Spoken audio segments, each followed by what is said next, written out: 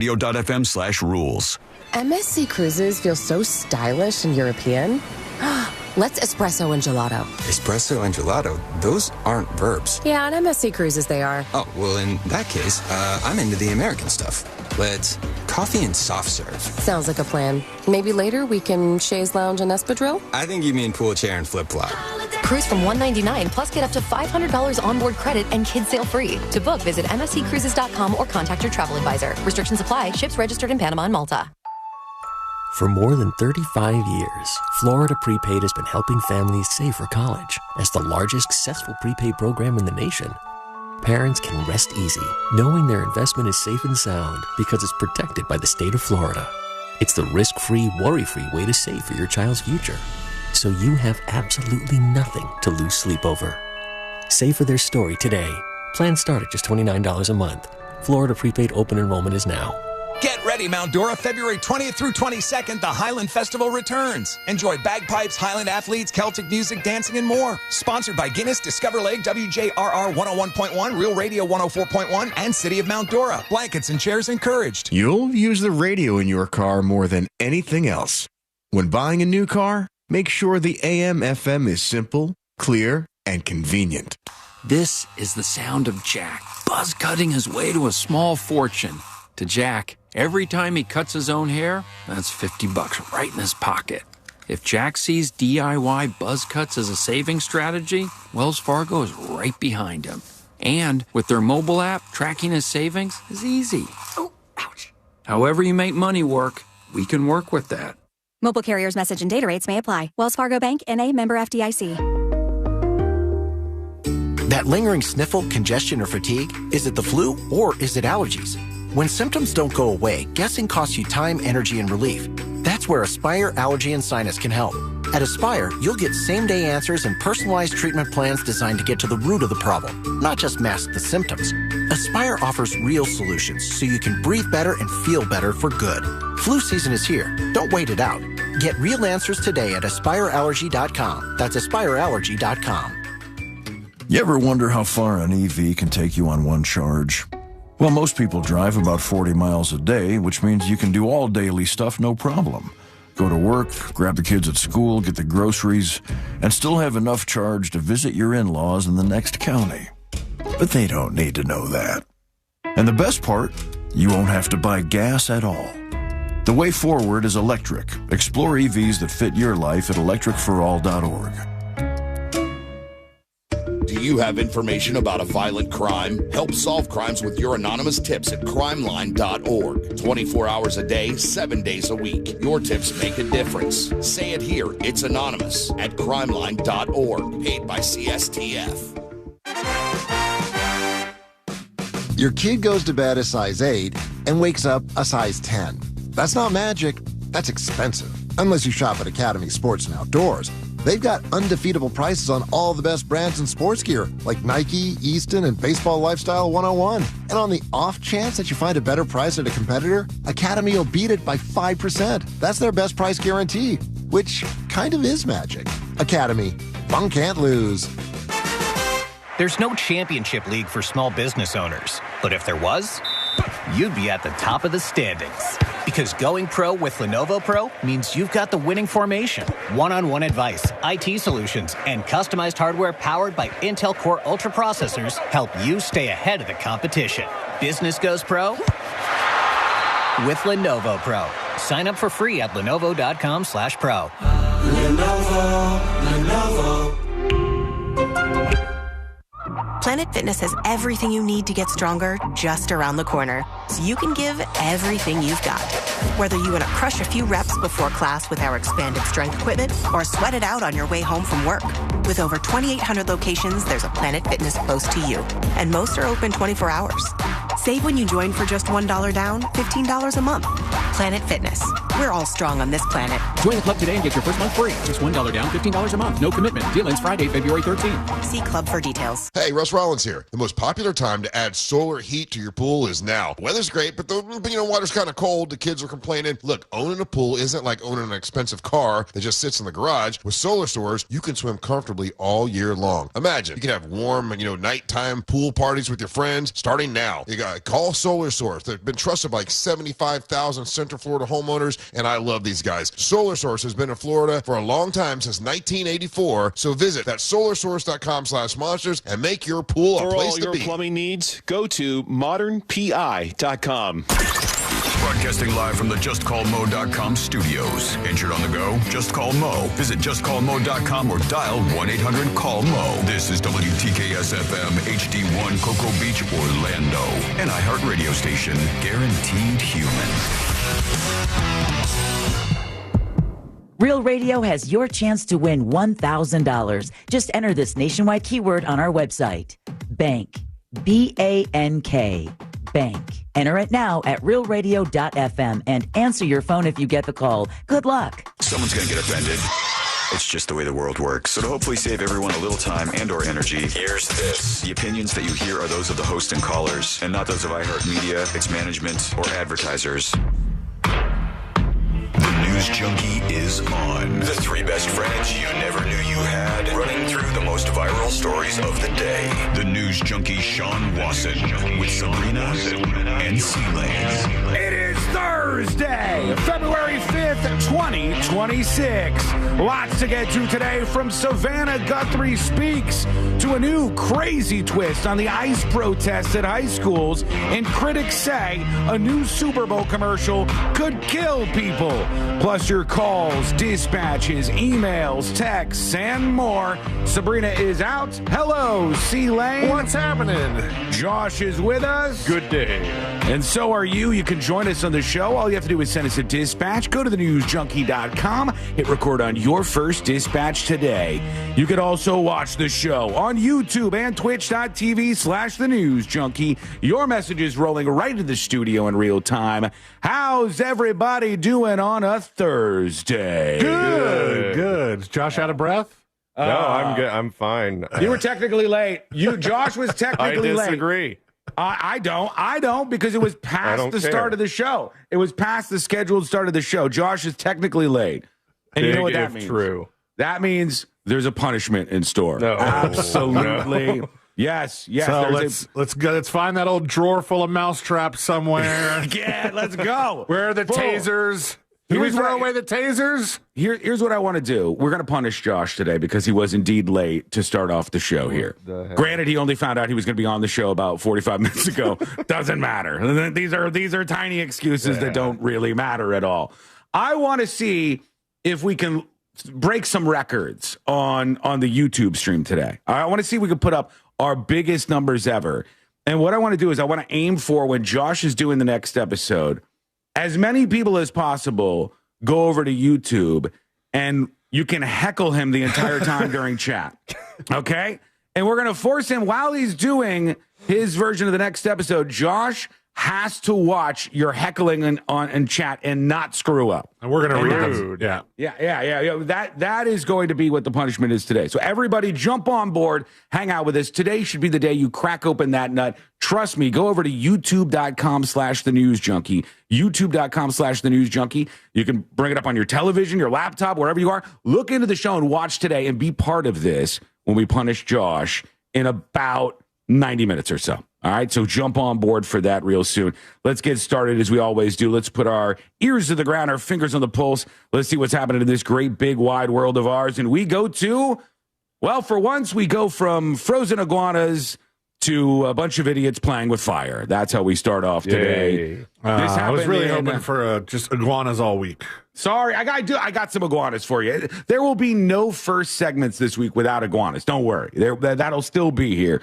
But right now, we go to Marion County, Florida, where a 17-year-old kid has been arrested. Why? He's accused of setting his friend on fire. All right? And I want to know from you on the dispatch where's side the of evidence things. he did something like this? I want to know, dispatchers, what the punishment should be when kids are screwing around like this, but it turns south. Now, here we go. There's a bonfire. Sea-Lane, are they on the beach? Where are they? I think they're lakeside. Lakeside? They're on a lake. Can't be beach, I guess. And they're People on a call lake. some, like, if you have a lake, but like the shore of it is all sand and stuff, Often people call that a beach. I don't know. It looks beachy. I don't know if they're incorrect on that. What constitutes a beach? I think ocean, but in this case, they're on a lakeside. Here we go. Let's go in. The teenager, Bradley Ming, has been arrested for this. They got a fire roaring, and he's got a giant jug of gasoline. I'm sorry, Brady. I'm sorry. Oh, my God. You want to be on fire? He wants to see some more. Probably the key part there, Josh, where you said what? He said to his friend, you want to be on fire? That'll get you some jail time. And his friend said no. Now, a little secret for you, folks. He did not consent to being set on fire? No. Our second punishment for Josh today is we're going to set him on fire. You want to be on fire? Yes, I do, actually. Good. You have to ask first. He asked permission. He goes, do you want to be on fire? And the kid goes, no. You want to be on fire? No. Hey, he wants to see some more. he wants a real seat. He wants a real. All right, so what he does is the fire is about 10 feet from him, and he starts pouring the gas or whatever it is on the fire and then makes a line to his friend so that the fire chases up the friend and lights him on fire, if that makes sense. I don't know if I butchered that. No, you got it right. Like if I'm there and Josh, I said, Josh, do you want me to light you on fire? And he goes, no, please. I start pouring the gas and I light a line in the sand leading to Josh, and it lights him on fire. And that's what he does.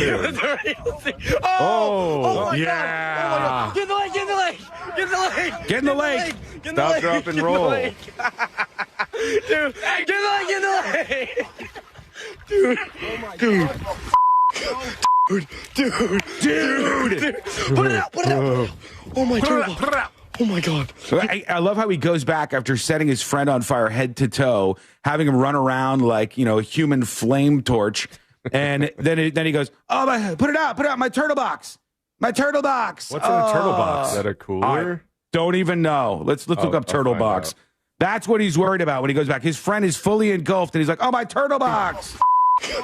Dude. Put it out. Oh, my turtle box. Oh, my God, bro. You know what this is? No, what is it? It's a Bluetooth speaker.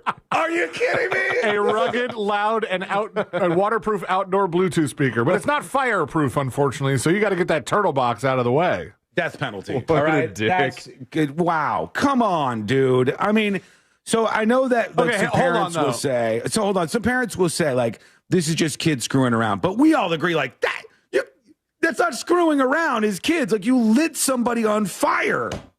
Like, you cannot do that. It's not just kids being kids or boys being boys. You can't light people on fire, all right? Allegedly.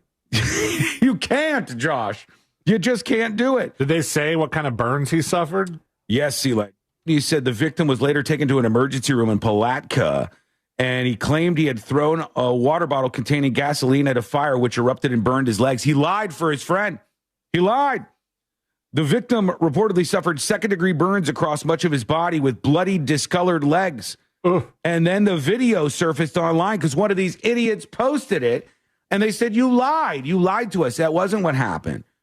There was a friend of yours who did this. In an arrest affidavit, deputies explained they learned from the victim that he and the other boys had taken a jet ski to Kaufman Island, which is where the incident occurred.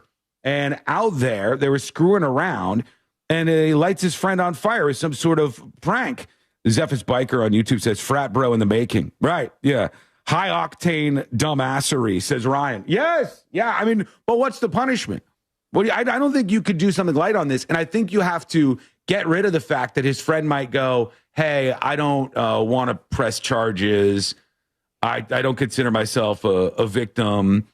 This kind of stuff happens more than you would think. There's a YouTuber who got into a thing like this. You guys know who the YouTuber was who had the construction equipment, and then they were spinning it around, and one of his friends was on like the bucket of the construction equipment as they were like spinning it around to make viral videos, and he smashed his head on it, and he's been messed up for the rest of his life since then.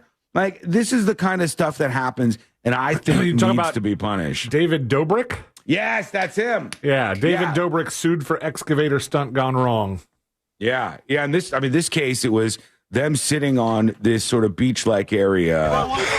Dude, get in the water. Get in the water. Holy Yeah. Holy F indeed. Okay. So Real what are the punishments that would be appropriate here, right? Real quick. So I think that I know this doesn't change a lot, but the guy that was stressing about his turtle box, I think was the guy holding the camera, not the guy lighting his friend on fire. You might be right about that, yeah, because he's the one running around. Still seems trivial when a person is on fire. And you're worried about your Bluetooth speaker. They're expensive. Yet another indicator or a red flag that you're kind of annoying if you have one of these Bluetooth speakers to begin with. He's out there pumping music. Come on, man. They're having a bonfire. They need a Bluetooth speaker. This is endorsed by Scotty Scheffler. Oh, God. Well, we got to make sure the turtle box is okay. My friend, 17-degree burns all over his legs. That's fine. So we'll take your feedback on that. What should be the punishment when younger guys do this kind of stuff? Holy. I don't know which model turtle box these kids had, but it starts expensive? Starts at $250 for the Ranger, which is the smallest portable speaker. Yeah. And goes all the way up to the original for $430, and the Grande $730 for this turtle box speaker. Well, if it's a Grande, I don't blame him then. If it's a Grande, I might be screaming it out too. I might be just yelling exactly like this guy would be. Where's my turtle box? Who cares if Josh is burned from head to toe? No big. He was at least 40 seconds late today. That's the key thing, right? That's the thing people will remember. Whatever you say. And they'll remember this. We start with iguanas once more. By Sea Lane Demand. And the story is that Florida residents in total helped FWC remove more than 5,000 iguanas. Massacre 5,000 iguanas. They went to an iguana farm upstate to live out Yeah, I bet, Mom. Oh, I bet. Only a couple of them became tacos. 5,000 total iguanas they brought to these officers during this cold snap. In all, 1,075 were brought to the Tequesta office. People brought them in droves. And this may have been one of their biggest bounties of iguanas to kill. I've got WPTV talking about this, I think. Let's see what they say about the total here, because I didn't think it would be that much. That's stunning. Roundup bonanza. Now, residents of wildlife officials collect more than 5,000 cold-stunned iguanas over the weekend. 5,000. The Tequesta office alone received over 1,000 frozen lizards. Check that out. Wildlife officials temporarily waived permits and turned Floridians into iguana wranglers for the weekend. Now, the cold weather gave the state a rare chance to tackle its invasive iguana problem, one chili lizard at a time. What? What? One chili lizard at a time. My God. You struggled through that one. A little bit. Now you need permits again, just for the record. You can't do it without a permit now. It's, their time has expired. Bonanza. Our show today is going to be a bonanza. Bonanza. That's right. I want you to tune in on YouTube. I want to see if we can get those numbers up. Bonanza. Over on YouTube. A bonanza of viewers. So make your way over and hang out with us. And we're going to heckle Josh during his next episode. Boo. Which is in a little over an hour. So get in there, get comfortable, start talking with the people on youtube.com/The News Junkie. Just search for The News Junkie on YouTube and hit that live stream. We've got a lot for you on a busy Thursday on the show. We'll get into the latest on this bonanza show on the Savannah Guthrie case where her mother is missing. She has made a video. And it is a doozy. It is something to hear. And that is coming up next on The News Junkie. Real Radio is on Instagram at Real Radio 1041. Sponsored by the law offices of Anajar and Levine Accident Attorneys. Call the law offices of Anajar and Levine at 1-800-747-FREE. That's 1-800-747-3733. From the Odoo.com Traffic Center. Odoo.com, the only business software you will need.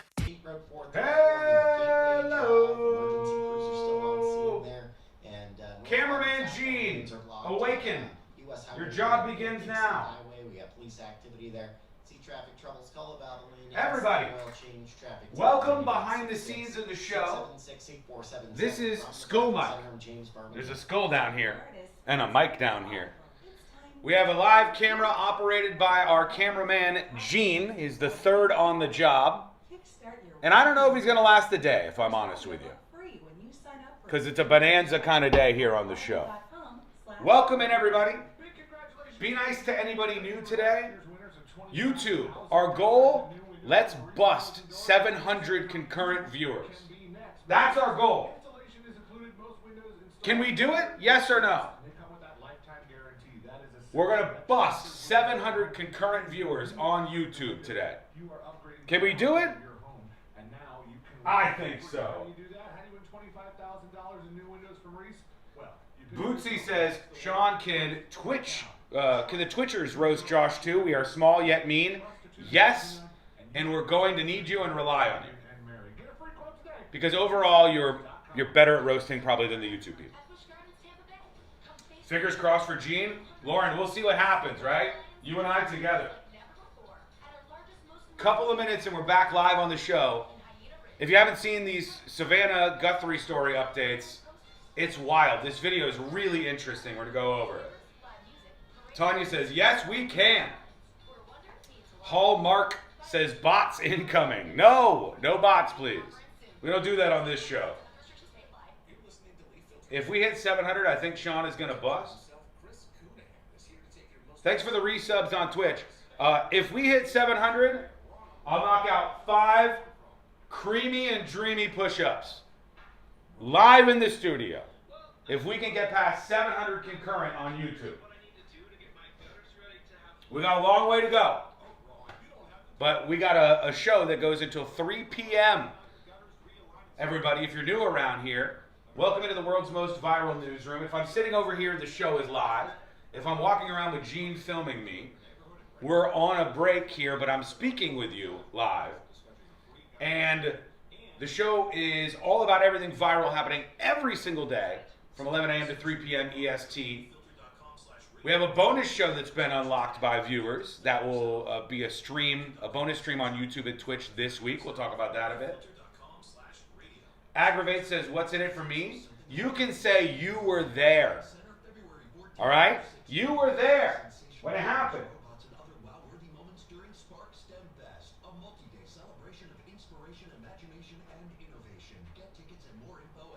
What? TNJ YouTube chat is hilarious? I didn't mean it. You're right.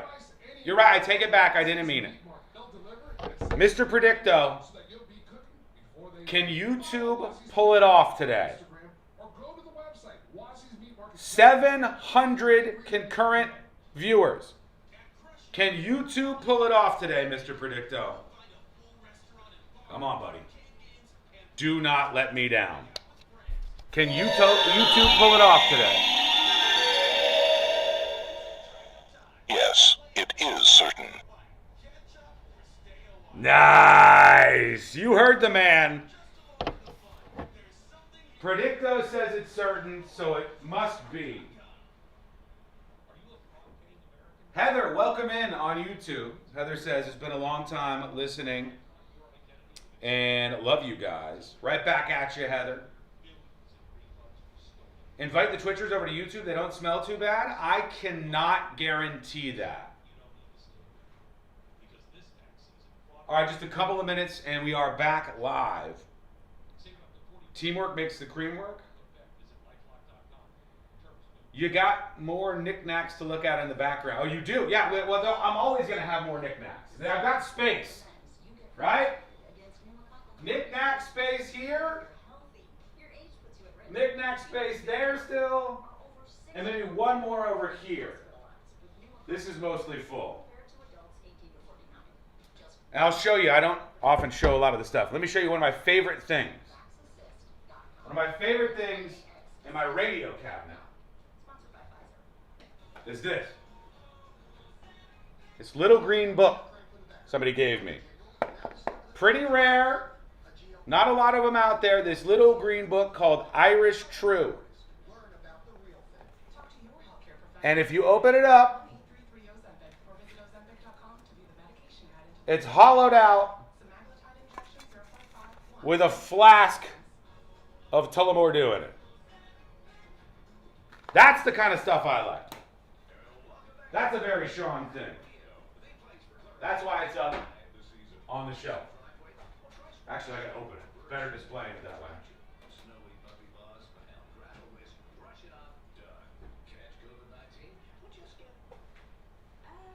All right, folks.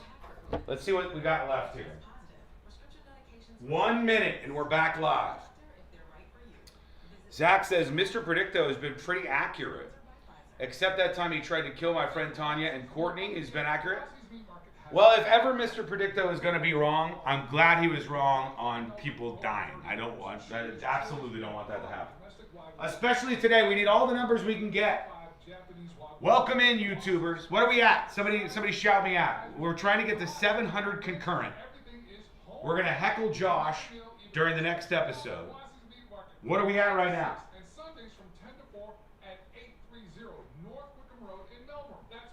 Florida Moonburn says, surprised to see you on YouTube. Always watch other shows on YouTube. We're here every day.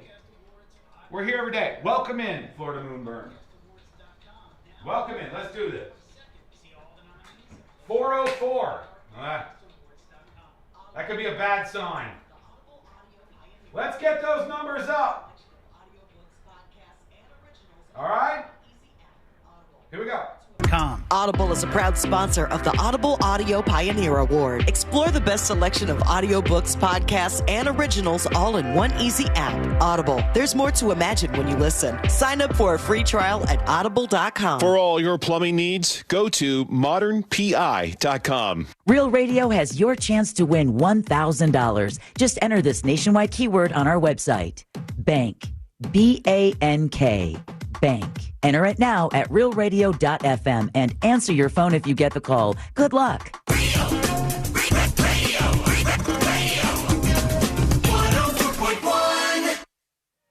Back to the three best friends you never knew you had. This is the new.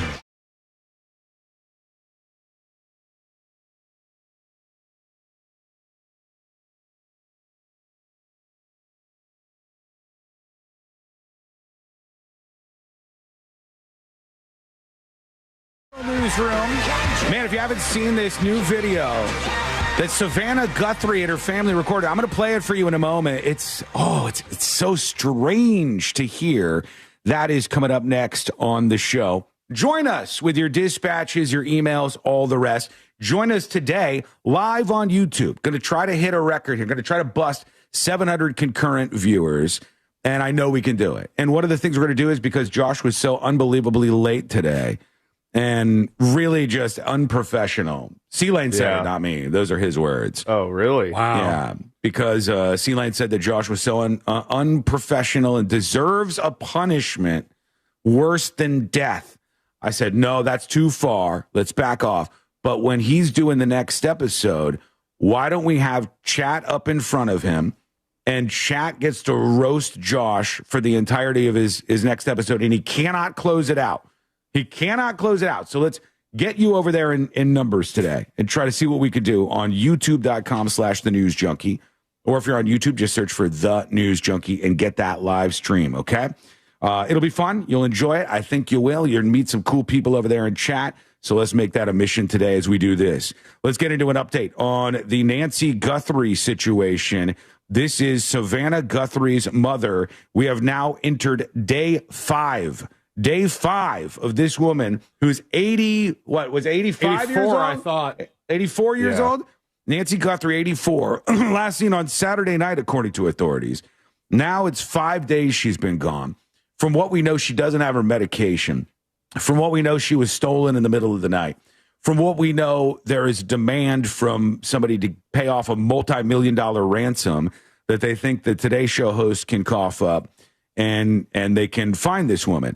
And now it's day 5 of this. The urgent search for Nancy Guthrie, the mother of the Today Show host Savannah Guthrie, has entered its 5th day as her children continue to plead for her safe return. What's your question? So, and this might be a Moses thing because I'm not sure the legality of this. But this morning, my question is that, they keep saying, well, she doesn't have her medication. She doesn't have her medication. It's likely a prescription medication. And honestly, chances are that it wouldn't line up that anybody could go pick up a prescription for her because it's likely something she already has. True. But if somebody, say there was, somebody went up to like the CVS and picked up Nancy Guthrie's medication that she needs to stay alive for this.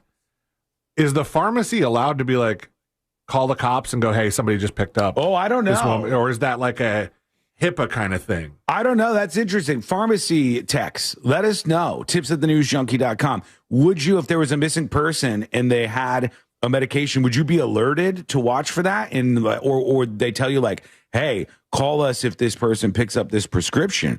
In a way, you want them to, right? Like, right. Everybody, myself included, I want this woman to be alive. Even Trump wants this woman to be alive. He's sending over the feds. He's sending over all these resources. And apparently Nancy Guthrie, Savannah Guthrie's mom, hated Trump. She didn't like it, but Trump's still like, nope, we're gonna help out here. Maybe he wins over a fan here. But we got to add later on today, we have a press conference. We'll take that live. That'll be right after Josh does the heckling next episode. Yay. And Nancy Guthrie is believed to have been abducted in her sleep from her Arizona home early Sunday, authorities said. No suspect or person of interest has been identified in the case. The authorities don't know where she is. Besides the one that Ashley Banfield kind of called out. True. Or whether she was targeted. Yeah, that's true. Are we still looking at that guy? She says she has an impeccable source, C-Lane. Is she doubling down on this? Like, has she responded after the police said, like, hey, we heard what Ashley Banfield said. We're not looking at this guy. Yeah. The police are like, we don't have any suspects right now. And Ashley Banfield is like, I think it's the son-in-law. I have an impeccable source. All we know is we have this. The Guthrie family, including Savannah Guthrie, has just released a new video. And it's so rough. It's interesting as hell to me. The family is sitting on this little bench. Savannah Guthrie's in the middle. She's got a piece of paper in her hand with, I guess, the script that they're reading from. And it's like their family member has been kidnapped by Al-Qaeda or something. And they really are trying to get this message out there. Let's listen in. Here she is. On behalf of our family, we want to thank all of you for the prayers for our beloved mom, Nancy. This is to us. We feel them. You're welcome. We continue to believe that she feels them too. Our mom is a kind, faithful, loyal, fiercely loving woman of goodness and light. You know, I did not know before this that Savannah Guthrie, and this will bring it out in you, seems she's pretty religious. The family is very much leaning on faith in this moment, and she's been very religious about asking for prayers, and I just had not known that about her. But I mean, this would have me praying too. My God, if somebody had done something similar to me like this, I just would be reaching out for everything I could possibly reach out to. Now, to her right, to our left, that's Annie Guthrie, right? This is the sister, I believe. That's the sister who Ashley Banfield says her husband is the one behind all this. Yes. This has got to be a very awkward time for her. Well, let's see what she says. She has a script in front of her, too. Okay. Let's see what she said. First, She's funny, Savannah Moore. Spunky, and clever. She has grandchildren that adore her and crowd around her and cover her with kisses. She loves fun and adventure. She is a devoted friend. She is full of kindness and knowledge.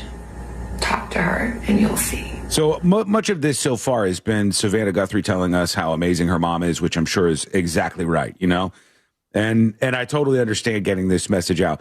Eventually, her message turns to the person or persons who have kidnapped her mom. The light is missing from our lives. This is the sister. Nancy is our mother. We are her children. She is our beacon. She holds fast to joy in all of life's circumstances. Interesting comment from Dan on YouTube. He says, they have a script because this is a deliberate psychological operation. That's probably true, though. Don't you think, like, the cops know what's on this piece of paper, right? Sure. They'd have helped them write it. Yeah. I think Dan is right. I think that the law enforcement probably worked closely with them, and this is directly addressed and psychologically constructed in a way that if somebody is out there to try to have an emotional impact on them so that they will keep this woman alive or give her back. I think he's probably right on that. I don't think there's much of a chance that this was some willy-nilly thing that the family did and did not tell law enforcement about. Then again, some of the law enforcement has been a little lackluster. We'll see if that changes during the press conference later today. She chooses joy day after day. Despite having already passed through great trials of pain and grief, we are always going to be merely human. Just normal human people who need our mom. The brother's not saying anything. Mama, if you're listening, we need you to come home. We miss you. Damn. That's heavy. Yeah. Our mom is our heart and our home. She's 84 years old. Her health, her heart is fragile. She lives in constant pain. She is without any medicine. She needs it to survive. This would be tough for me. And I wonder, I'm asking you today, too. Would this be tough for you? Yes. Not just, I don't mean it in just the simplistic way, C-Lane, where I might go to have somebody who has been abducted, that is your loved one, obviously, quite obviously on its face, is a very difficult thing for anybody to ever go through. That I wouldn't wish on even my worst enemy, except for that one. And I mean instead, my gut would be like angling towards anger instead of this. Like I would want to be like, listen, whoever is the MFer who had like it would be hard for me to suppress. That's why they pre-tape these. That's why they're not live. They need to give me like 7 takes. They want you to read that script and really give your heart to it. Yeah. I mean, I really think that this is something that is crafted in such a way to try to have an emotional impact, to remind people that this person is a human being and not just some way for you to get money in a Bitcoin account, which is what they want. She needs it not to suffer. We too have heard the reports about a ransom letter in the media. Oh, damn. As a family, we are doing everything that we can. We are ready to talk. We're ready to talk. However, we live in a world where voices and images are easily manipulated. That's true. We need to know, without a doubt, that she is alive and that you have her. Oh, they want proof of life. We want to hear from you, and we are ready to listen. This is crazy. This is some like movie crime drama stuff. Yeah, if it was in a movie, you'd go, well, they're not going to believe that. This is too far-fetched. They're not going to believe that this is actually legitimate. But this is all real life. This is what's happening. This is Savannah Guthrie of the Today Show begging for the person who has kidnapped her mother and allegedly wants Bitcoin in this account to release her, to say, show me that my mom is alive out there somewhere. You can watch along with, we're trying to break a record today for us on the YouTube platform in particular. Go over to youtube.com/thenewsjunkie and jump in and take part later in a little more fun, something we're going to twist in another direction when Josh does the next episode. Back to this video now. Out to us. Mommy, if you are hearing this, Jesus, man. You are a strong woman. You are God's precious daughter, Nancy. We believe and know that even in this valley, He is with you. Everyone is looking for you, Mommy, everywhere. We will not rest. Kolak says this is like a movie. 100%. Yeah, absolutely. The huge vibes. Like I'm transported outside of my body to feel for the people who are just sitting here dealing with all of this, because this is indeed real. Your children will not rest. It's almost over. Until we are together again.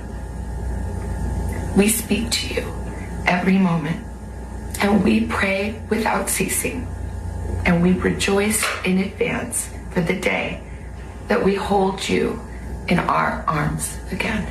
We love you, Mom. Love you, Mom. We love you, Mom. Stay strong. We love you, Mom. We love you. Wow, that's wild. That's absolutely wild. And do you think the police purposely picked for the brother not to say hardly anything? Maybe, or maybe he was just like, I can't do it. I can't bring myself to do it right now. Tanya on YouTube says, I don't see how this will ever find their mom. Tanya, I think the idea is to evoke emotions, and if the person that has their mom, if somebody does, and to get them perhaps to release a proof of life video. Hey, here's your mom. You know, she's alive and she's with us, and here's proof that she's still alive right now. Give us the ransom money. They can learn more from that. They can track these people down further. I know it all seems far-fetched, but I think that's the goal here. All right, we are getting towards, speaking of goals, we're getting towards those numbers. Let's up those numbers, though. Let's up those numbers today on YouTube. To the moon. To the moon we go. What's today going to be? What do you mean? I told you to keep the sound effect. Oh. Today is going to be a bonanza. It's a bonanza on the show. I did keep the sound effect. I just didn't. We just cracked 500 live concurrent on YouTube. Bonanza. But we're usually around. We're usually higher than that even. Let's get you over there. Let's be part of this. And especially ahead of the next episode with Josh, where we're going to have a little extra fun. We got much more on the Nancy Guthrie situation. Lots of twists and turns on that. Got some emails to get into. A Super Bowl commercial that activists, critics, I should say, are saying could kill people. There's going to be a Super Bowl commercial that airs that people are saying this could legitimately kill viewers since there's so many people watching. And I'm going to play it for you. All right. And will we die? We're going to find out. Is it the Jesus commercial again? You're going to find out. The Super Bowl commercial that potentially could kill people is coming up next on the News Junkie.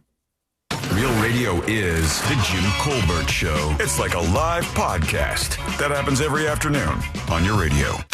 The Jim Colbert Show. Weekdays at 3 on Real Radio 104.1. This weather. Hello, welcome behind the scenes. Dakota says you guys are reading way too much into this. This isn't a conspiracy. Well, I mean, we really don't know. We only know so much. I think that the ransom letters are real, which is the most interesting wrinkle in this. The rest is a lot of speculation. But in 90 minutes, less than 90 minutes, there will be a press conference today. And we're going to take that live. What will we learn there? I have no idea. There's nothing like it. Facing an injury is tough, but choosing the right attorney shouldn't be. I'm motivated. Savannah read it because she's got experience being on camera, because she's more well-known and can garner more sympathy. Yeah, I think that's probably true. I think that's probably accurate. She's the face of this, and she's probably the best equipped to be the spokesperson on it, as tough as that may be. Seawitch says, this case bothers me a lot because my mom is turning 84 and she's basically helpless against somebody trying to harm her. I can't imagine how they are coping. Yes, and can you imagine the mindset of a person thinking about your mother that would, like, take that person? Like, it's every bit as horrid in different ways than taking a kid. Like the mindset of a human being who would abduct an 84-year-old. Yikes. Let's get those numbers up, YouTube. Share the stream if you have to. Hit that like button. Every time you hit that like button, it helps us rock it up a little bit. So if you don't mind doing it right now, that'd be great.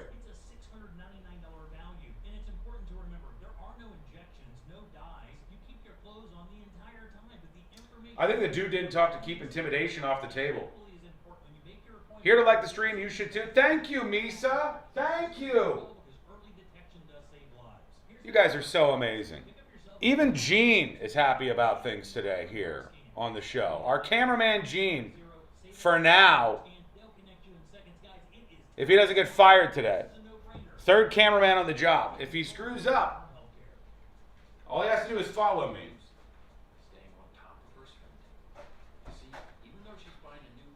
All right. So far, so good. Mary, hey, how are you? For Savannah to be on the other side of what she's reported for years is so sad. It is. It's tough. That news conference better not interfere with Fritz on the street, says Rick. No Fritz on the street today, folks. No Fritz on the street. Fritz is in Vegas or something, I think. We have 2 minutes and we're back live with the Super Bowl commercial that critics say could possibly kill people. A Super Bowl commercial that somehow will kill human beings. I'll play it for you. Hopefully nobody dies. Aaron says, hey, Gene. He's waving. He's waving back. They must have had a crappy security system? I don't know, Mike. I mean, think about it. Like, if somebody has an alarm or whatever, it's not hard to abduct an elderly person. They aren't offering any resistance. She is physically the least intimidating person that you'd ever probably encounter. I mean, unless she had active security outside, which why would she? She's an 84-year-old lady. But I got more on this. I got more on questions are surfacing about the original tip that started all this, where Nancy missed church, and Nancy Guthrie didn't go to church, and then somebody said, hey, we better take a look at her. People are now questioning that tip, something about it. I'll explain. There's a lot more. 1 minute, and we're coming back. Have you been to Wassie's Meat Market yet? Wassie's Meat Market has hand-cut. Frickin' Gene, true. And they've been right here in All right, we have to get into this Super Bowl commercial, which you're going to hear a lot about Super Bowl commercials. But I thought this one was interesting because people are saying they should pull it now and not play it because it could kill people. Is this over the top, the reaction? That's what we're going to find out right now. Coming back. North Wickham Road in Melbourne. That's Wassie's Meat Market. Are you a fraud-paying American?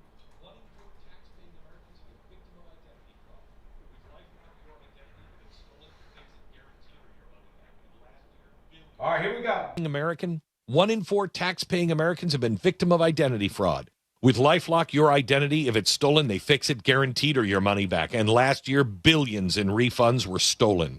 Could be from your salary, overtime, or second job. Gone. But this year, you don't need to stay a victim. Because this tax season, fraud-paying American is something no American should have to claim. Save up to 40% off your first year with the promo code BECK. Visit LifeLock.com. Terms do apply. Nothing brings friends and family together on game day like delicious King's Hawaiian sliders. Bring them to the big game table and be the real MVP. Pick some up this weekend in the bakery or deli section of your local store. Football and King's irresistible Hawaiian sliders. There's nothing like it. This earful of Real Radio is brought to you by Racing's North Turn, Ponce Inlet.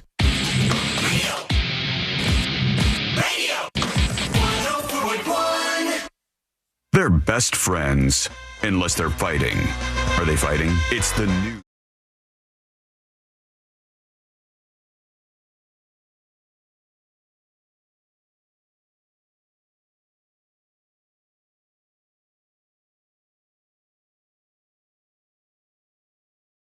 A Super Bowl commercial could kill people. And I've got it for you in just a second here. We'll talk about what's going on. And then another Super Bowl halftime secret that we can leak at. Join the show over at thenewsjunkie.com with a dispatch or email the show tips at thenewsjunkie.com. Yes, indeed, there are warnings out there about Super Bowl commercials. Most of them are just going to be dumb. That's what's going to happen. You'll have a couple of fun ones, a couple of ones that you laugh at, but only one of them is allegedly going to kill people, at least as far as I can tell right now. And this is a commercial for something I've never enjoyed, not because I didn't like it, but I've just never even tried it. It's a soda called Poppy, which is out on the market, which I only remember, maybe you guys know of Poppy, but I only know it from Shark Tank. It was on Shark Tank, and I think it got a deal, and it's exploded in the soda world afterwards. That's because they didn't carbonate it right. Yeah. This guy. They have a brand deal with traders right now, so they're Do pretty that? big. Okay. Yeah, they're pretty big. Like Trader Joe's? No, like the traders. Oh, traders. The traitors. The reality television. There's going to be a murder. There's a lot of buzz around this brand, and thankfully, this brand makes me so much more excited than Ben Stiller's brand right now, which I don't know if I can take much more of that. Have you seen Ben Stiller trying to promote his soda? No, Just real I didn't quick know before he you had one. Oh my God! Let me see if I can find this. Trouble you for a warm glass of shut the hell up. Ben Stiller has a soda, and it's not that. Ben Stiller soda, and he has a soda, I guess, that he's been promoting, and it's called Stiller. Stillers. The company has raised $3.5 million, and he's doing all these commercials. And I thought it was fake at first. Like, it gives me a fake vibes, but it's real. And again, I'll get to the other Super Bowl commercial in a second. Hi, I'm Ben, and this is my new soda, Stillers. Most sodas either have Now from Hollywood. No, it's not. It's not. Can you stop doing that weird voice? I think it was working great, Ben. No, I just was thinking maybe we should try the other idea we had for the voiceover. What other idea? Yeah. What? Hey. I think that's a lot better. None of this is working, just for the record, because the reason I bring this up is because the video I keep seeing is Ben Stiller at the grocery store. Here he is. Here he is. This is real. Ben Stiller at the grocery store. He looks about 4 feet tall, and he's trying to hawk his soda, but no one's coming up to the demonstration desk to try out his soda. Why would you not go talk to Ben Stiller? I don't know. And I can identify him immediately. I mean, it's just obviously Ben Stiller, and he's just nobody. He's yawning. Nobody's coming over. Nobody's trying out his soda. Instead of going over to say hi to Ben Stiller, you're just taping him from afar, recording him. Yeah, that's what's happening in this case. It's very weird. It is a very strange thing. Anyhow, back to the point. This is less depressing than Ben Stiller's sad soda launch. And this is instead the Super Bowl commercial that is allegedly going to kill people. And it's the Poppy soda commercial from Charlie XCX. And I want to warn everybody, if you're watching, and I want you to, over on YouTube today, I'm going to up those numbers today on YouTube, youtube.com/thenewsjunkie. This is the one that's going to kill people. Any initial guesses as to why? Anybody know? Flashing lights. That's a good guess. Flashing lights. But flashing lights just does seizures in the epileptic. Mm-hmm. This one's going to kill people. She's going to get naked, and old people are going to have heart attacks. That's another good guess. That's you with two good guesses and C-Lane with none.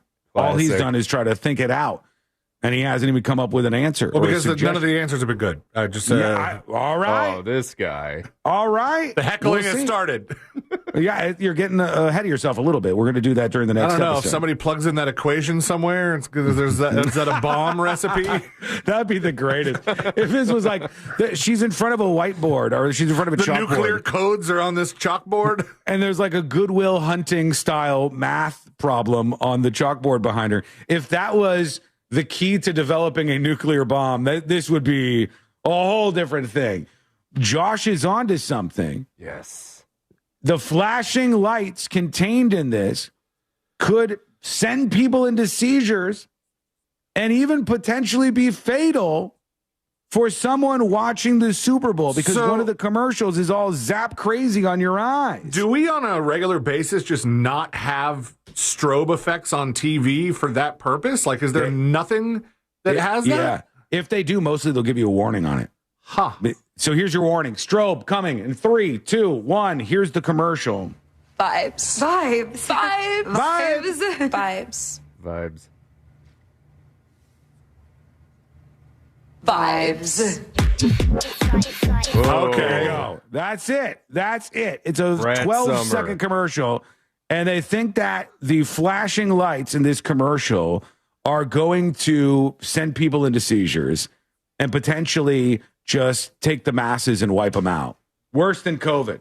It's going to be the biggest extinction event in the history of the Super Bowl. Who is it really is. Yeah. Who is the group that has come out in offense of this commercial? His name is Frank, and he's a guy from Minnesota, probably. Now, it's probably just 4 people online. But they're how have concerned they with the seen the flashing commercial lights. already? Are they just releasing the commercials? Yeah. They released this one. They released the commercial for Poppy Soda with Charlie XCX, who I'm a big fan of. Yeah. I like all of her songs. I like. Oh, yeah? Can you name them? Yeah. One is Vibes, Vibes. Yeah, it's like that's what this is from. This is an inside joke on that. Right. The other one's Chilling on a Sunday. Oh, yeah, that's a good one. Chilling on a Sunday. That's similar to Lord's Feeling Good on a Wednesday. Yeah, they're trying to get one for each day. Yeah. They're trying to get one. They already have Friday, last Friday night. Yeah, so you just fill in the blanks. Beware, Charlie XCX's Super Bowl commercial might zap your friend out of existence. It could happen. And the other thing people are waiting for is Kid Rock has now said in an interview that he has a special surprise planned for his Super Bowl halftime show sideshow thing. The thing that's going to try to drive some eyeballs away from Bad Bunny. And Kid Rock's like, I got a surprise for you. I'm going to drop during this performance. Did he get a new Joe C? That would be great. Another little guy. That would be cool. It's like, ladies and gentlemen, and brings out a new little person. Joe D. Have we determined if this performance is going to have an audience? Like, are they selling tickets to it? I don't know. Is it just like a who's who of Turning Point USA people? I don't know. You think they get President Trump to show up? That would be a big D move. He already said, I'm not going to the Super Bowl. It's a little far. Yeah, it's all the way in California. The stupidest excuse. Yeah, I mean, I would guess it's more that, look, California is not a hotbed of Trump support. And so the people in the stadium might be more apt to give him some booze and stuff. And he's like, I don't know about the people in the stadium, because once you're in the stadium, you're surrounded by people who have traveled long distances to be a part of this. They've spent a lot of money to be there. Yeah, I'm implying that those folks are locals, which they probably aren't. Yeah, a lot some of the people that have the money, that have the capital to be around where President Trump would be at the Super Bowl would be Trump people. It could be him. It could be Trump. It could be Kid Rock shooting more Bud Light cans. It could be. Well, I don't know. I mean, there's some sort of surprise is coming our way during Kid Rock's performance, which... So all he said is he has a surprise. Yeah, he just said he has a surprise, and it's planned for the halftime show, the distraction side thing to pull people away who don't want to see Bad Bunny in Espanol, and we don't know any more about it. And we'll see. I mean, it might be a letdown, might not be. Might be another way to kill more people. Again, an extinction event is on the way as you watch the big game this Sunday. So just buckle up, prepare for all of that. Real quick, we got to take a break. I did want to get to a couple of emails. Let me get to one real quick. Chase emails the show, tips@thenewsjunkie.com. Hello, News Junkie. I'm a podcast listener, and you were discussing strange things that people eat after listening to the iguana taco segment from yesterday's show. While they're illegal to hunt here in Florida, sandhill cranes are called the ribeye of the sky. You can hunt them from Texas to the Dakotas. They have a very dark and rich meat that's similar to beef. I just thought I would share. Love the show, and thank you for keeping us informed and entertained, says Chase. That makes a little sense, because I thought that ostrich meat seemed similar to, like, it was more of a darker steak-like meat than like a lighter chicken meat. I think it is. Yeah, I've seen ostrich too, and I think it's darker like that. That's the weirdest thing, though, Chase, because I was at Epcot this past weekend, and there was a sandhill crane, and some guy behind me, while we were walking around, goes, "Oh, it's a sandhill crane," and he said, "It's the ribeye of the sky." So, do we have sandhill something like this for everything? We have the chicken of the trees, the ribeye of the sky. Is there a fillet of the bay? There's one for you. I just can't tell you about it. There's one they're like, C-Lane, he's the blank of the blank. Oh, for me, like for my you personally. All right, for you in particular. Lay it on me. I'll let chat tell you. C-Lane is the blank of the blank. And fill in the blanks, chat, while we take a quick break. When we come back, more of your feedback that is coming our way. Something else happening during the Super Bowl halftime show. And 6-7's gone, and something even worse is here to replace it. So let me just get you ahead of that train. That is coming up next on the News Junkie. Congratulations, Lisa. You just won $1,000 from Real Radio. Oh my gosh! I can't believe this is happening. Who's next? Your chance to win is minutes away, courtesy of Mills Air. Keep an eye out for an accident off to the shoulder getting cleared up on 429 southbound near Ocoee-Apopka Road. On I-4, you're still going to get caught up in some slowdowns through the city. Delays in both directions between Osceola Parkway and Apopka Vineland Road. See traffic troubles? Call the Valvoline Instant Oil Change traffic tip line at 866-676-8477. From the Traffic Center, I'm James Birmingham. This report is sponsored by Audible. It's time to take care of you. Who better to help you than the top voices in well-being on Audible? Kickstart your well-being journey with your first audiobook free when you sign up for a 30-day trial at audible.com/wellbeing. Did you know that mortgage guy Don also does commercial and small business administration loans? If you have an existing SBA loan with a rate of 9% or more, then you are in luck. That mortgage guy Don can refinance your qualified high-interest SBA loan to a low fixed rate of 8.25%. Don't leave the money on the table. Get that money back in your pocket where it belongs by going to... Wow. Wow. Most people drive about 40 miles a day, which means you can do all day. Woo, look at your face. What happened? I can tell you, but I can't tell the stream people, so hang on. Skull Mike, I'm going to have to mute you because I just heard an incredibly juicy piece of drama, but I cannot tell you. So I'm going to mute while I tell Courtney.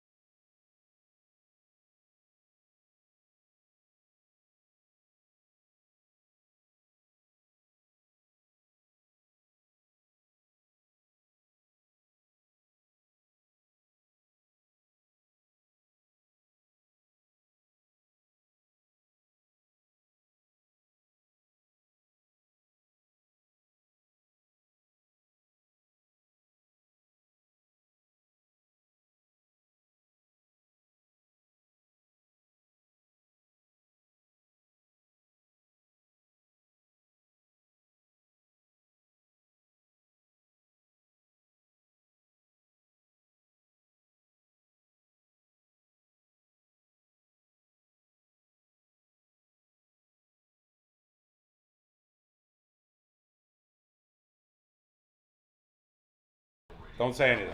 Holy shit. I saw your face on the TV and I ran over. So I was like, Wow. oh. So I don't know. Okay. Me. All right, we'll just leave that there. Okay. Hello, everybody. Hello. Welcome into the stream. Our numbers are going down. We're supposed to go up. We're supposed to go up, not down. Audio should be back now. Yeah, we're back on. There was no audio because I had to tell Courtney what was going on behind the scenes, which is so juicy. Woo!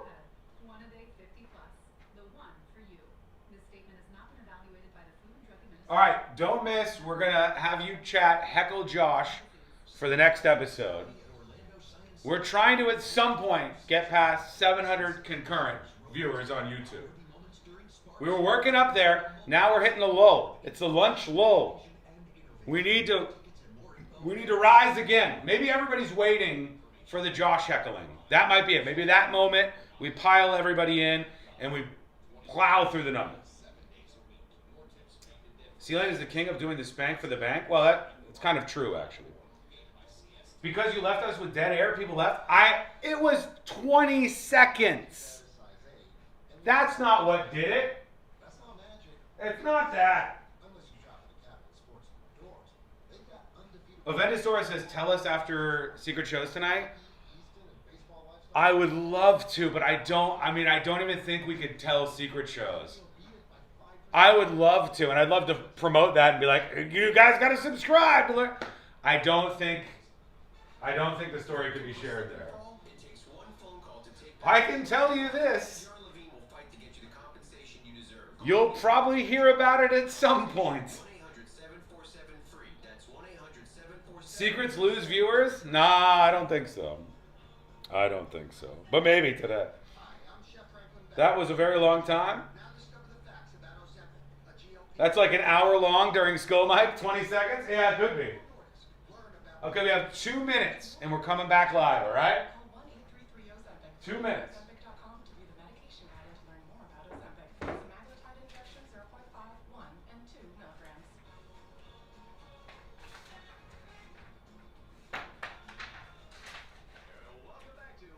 Welcome back.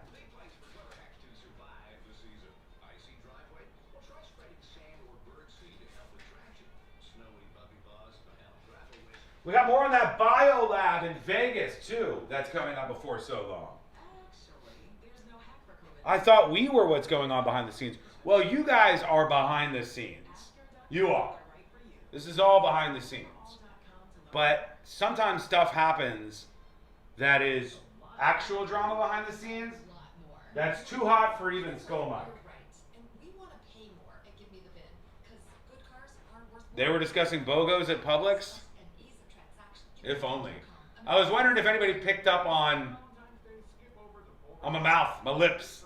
I tried to cover a couple of things that I thought would be dead giveaways.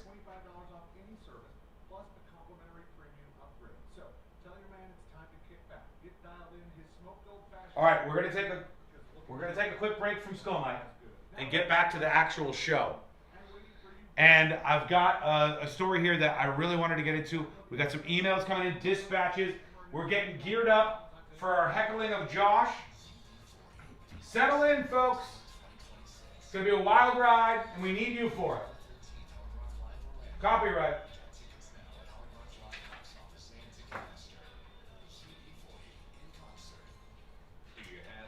Here we go. Teeth Hard Rock Live Orlando. Get tickets now at Hard Rock Live Box Office and Ticketmaster. UB40 in concert.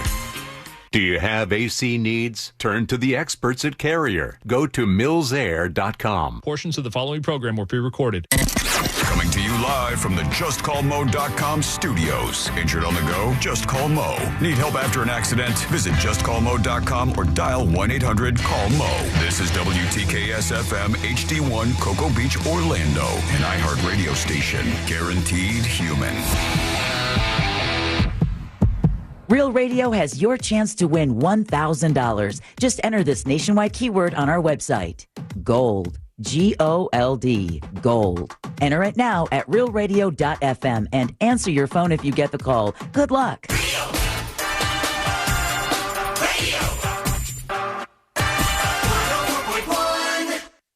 High diving face first into the world's most viral newsroom.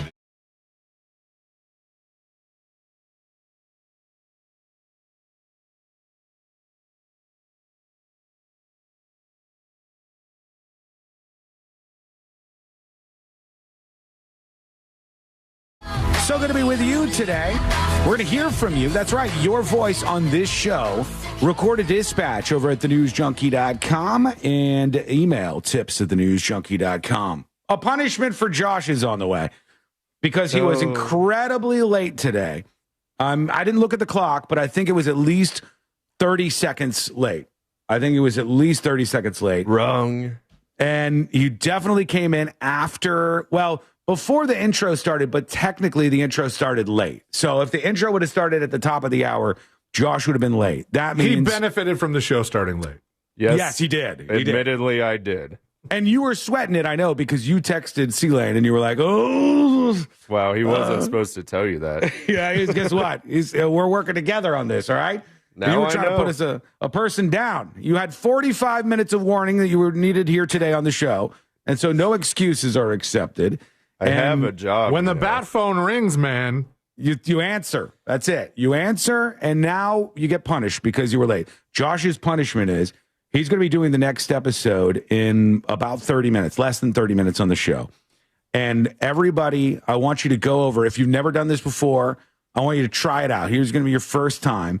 Go over to YouTube. It's youtube.com/thenewsjunkie, the News Junkie with an IE. And watch the YouTube live stream. And on chat, you're free to heckle Josh throughout the entirety of the next episode. And he cannot turn away from it. He has to see what's going on in chat as he's doing the segment. So we'll see if you can stop him in his tracks. We'll see if he's so professional, because he does amaze me with this sometimes. He may be so professional that he just powers right through it. I really don't like know. that. Yeah, I don't know what's going to happen. But let's put up some record numbers over there on YouTube. Another way to watch is to go to thenewsjunkie.com, and you'll see the live bar on the top of the website, and you'll see the YouTube live stream right there. If you're having any trouble finding it, just search for The News Junkie on YouTube, and you should see us live on the show. So everybody jump on board over there on YouTube so we can heckle Josh for the next episode. Meanwhile, I have a question for you before I rant about something Super Bowl related that I think is just a bad idea, real bad idea. But this was a story that grabbed my attention today. Let me bring it up here. Hang on. I got so many clips going today for the show. But this is something that I hadn't heard of before, and I wonder what you, C-Lane and Josh, would do in this case. Experts found a 150-year-old bottle of alcohol in Utah. They found this bottle of alcohol, and they decided to kick it open and drink it. And I thought, like, one thing, would you take a sip, C-Lane? 150 years old. I would want to take a sip, but also I would want to go, how can I make the most money off of this? Because in the alcohol world, the alcohol world is rife with inflating the value of the juice based on different factors, how it was made, where it was made, what's the content of it. But one of the big ones that gets people top dollar is, how old is it?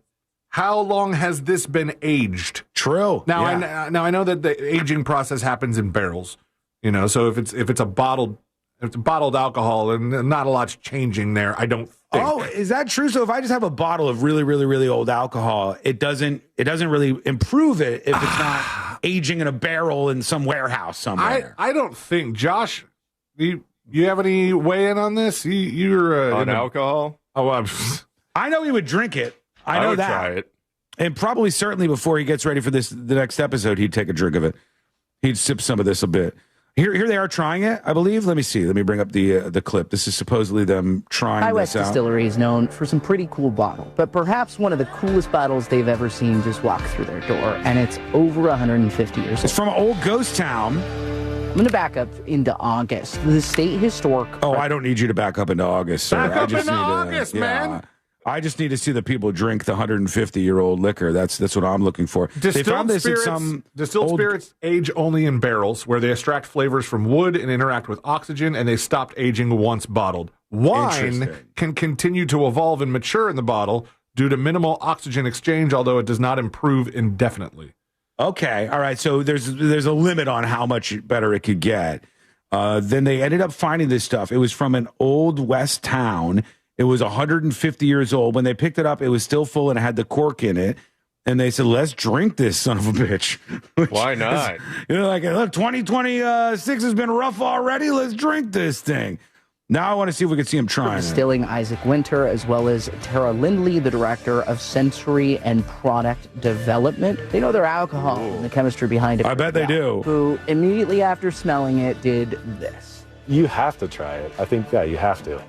I guess it's not every day you get to taste 150-year-old alcohol, right? Speak for yourself. Drink, well, several others in the room did too. With everybody tasting it, they pretty much figured out that it's some sort of beer. They didn't even know what it was. It was a beer? Yeah, they said it's some sort of beer. It was probably a small beer, is my guess, because that's what everybody drank for a very long period of human history before we started getting potable water in our houses and getting bottles of water and bottles of water like I have here in the studio, like everybody carries around now. They had something called small beer, which was just a very low proof, I guess, or ABV. Is that what it is? Yeah. Beer that even kids drank and stuff, because that way you didn't have any viruses or whatever, and any impurities in the drink. So they didn't even know what it was. A 150-year-old bottle, and they kick it open and they go, here we go. I think it's some sort of beer. That's what I think we're sipping That it on. had that yeasty taste to The it. gauge of the cork is so small. Getting all of the contents out, they need to uncork it. It's an old bottle. It's a lot of pressure. You don't want to damage the There it goes. They're pulling it Very out. careful, but they did get that cork out. They poured the entire bottle into little sample containers where they're going to actually send those to lab. Ew, Very it's bottom, like brown. I noticed there was a lot of 150 sediment. years It was old. very kind of True. Yeah. Listen to this guy.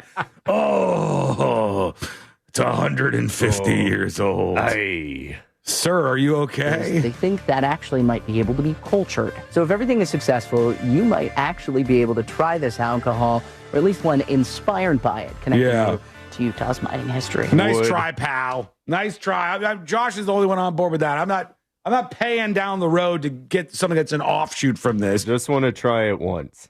If you're listening to the show right now and you have an insanely old, hopefully older than 150 years, bottle of alcohol of some type, bring it forward. I'll try it on the show. We will crack it open. Is there a chance of death? Or they didn't even know if this was liquor. They didn't even know what it was when they were drinking this thing. I think a lot of people would probably say no to this. But let us know if you would have sipped on this, if you would have tried this. They did this in Utah, where they found a 150-plus-year-old bottle of alcohol. All right, over to the let's just Super Bowl say, thing. We said 150, right? 150 years. So let's just say it was exactly 150 years old. On the nose. That would put this bottle at being bottled in 1876. The good That's old pretty days. old. In that year, The centennial. in that year, Colorado became the 38th state in the union. Oh, my God. Oh, it's weird to think about it like that. In that year, the What else? Law Telegraph Company was founded, which engaged in facilitating communications between lawyers in New York City. It was the first company to provide telephone services in New York City. That's right. Stop. What about, so your father-in-law is big into, is it whiskey? Bourbon. Bourbon. He's big into bourbon. Does he have anything you think that's that old, or that would just be, nobody has stuff like that? I don't think so. He might have something in the 30s or 40s. Maybe a little bit older. I don't know. If you got anything really old that we could try, hit us up with a photo dispatch of whatever the bottle is on thenewsjunkie.com. Go to thenewsjunkie.com, by dispatches, you'll see where you can add a photo dispatch and send a picture of it over, and we'll see if we could try that out. I would give it a shot, I think. All right, over to the Super Bowl idea. I don't like this. I think it's a bad idea, but I guess they're going to do it anyways because they don't consult me on these things. But they're doing something to counter-program the Super Bowl again. And this year, they're bringing back the Puppy Bowl. Now, I want you to remember that. The name of this thing is indeed the Puppy Bowl. And now I want to give you the news that's happening this year as this counter-programming launches for the Super Bowl halftime show. Wait, so is the Puppy Bowl counter-programming, or does it just happen on the same day? I thought the Puppy Bowl I think happens it's earlier in the day. It's earlier, yeah. It's not like counter-programming right during it, but it's like the same day of programming, something else to watch. And ABC News says, it's not just puppies this time. What? Puppy Bowl is embracing older dogs. That's not really a Puppy Bowl. The whole idea of the Puppy Bowl, sir, is that they are all little puppies that are running around out there. I don't want to see some grandpa-ass dogs scooting around on your fake little football field. I don't want to see, God forbid, some sort of terrier drop dead in the background as I'm trying to watch this sweet little televised event. But they said there'll be a halftime showdown between Team Oldies and Team Goldies, offering a showcase for senior dogs as a reminder that they also need adoption and love, which is true. I agree. I think that's nice. It's nice. I agree. It's true. Everyone wants the puppy, and unfortunately, the reality of puppyhood is it's tough, says the lead dog trainer and wrangler. But this year's Puppy Bowl 22 years they've been doing this. They got 150 dogs from 72 shelters across the United States, Puerto Rico, and the British Virgin Islands. They went to the British Virgin Islands to get a couple of puppies. They went to Puerto Rico to scoop up a couple of dogs to bring them over here. They actually go there to get them, or do they just get a dog and they're like, the lineage of this dog Goes back to the British Virgin Islands. I think they might have gone and got these things. It's Team Slick Rick. Wait, no, that's the dog. There's a dog named Slick Rick. J-Paw and Team Fluff and Team Ruff are the dogs showing down on this one. The inaugural Puppy Bowl was watched by 6 million viewers. Last year, 12.8 million people. That's not bad. Dang, That's son. not Watch bad. the Puppy Bowl. That's more than the Golden Globes, all right? 8.66 million watch the celebrities spouting off their nonsense at the Golden Globes, and 12.8 watch the puppies. Remember that stat, folks. All right, we are going to take a... Oh, I did tell you I have the thing that's replacing 6-7, which is probably more annoying. I'll give that to you when we come back. We got to get to these emails. There's some heated emails coming in. There are some people who are very mad about something that's taken over their life. And I think this is going to start happening more. And it could happen to you. It could happen in your neighborhood. What is it? We'll get to that. We'll get ready for Josh's the next episode, complete with your heckling in chat over on YouTube, and a whole lot more. It's coming up next on the News Junkie. Real radio is The Monsters in the Morning. 10,000 or less? Yeah, do you know that when you hug people, you're exchanging heart energy? What's heart energy? Russ exchanges fart energy. The Monsters in the Morning. Real Radio 104.1. From the Clausman Law Traffic Center, car crash, call Clausman Law. ClausmanLaw.com. The weather's causing drivers to be a little bit more cautious on the roadways this afternoon, so expect a little bit more delays than usual on I-4 getting through the city. In between World Drive and Osceola Parkway, there's a crash off to the shoulder on I-4 westbound at Conroy Road getting cleared up, but on most of the major roadways, you won't be running into too much trouble. See traffic troubles, call the Valvoline Instant Oil Change Traffic Tip Line at 866-676-8477. From the Traffic Center, I'm James Birmingham.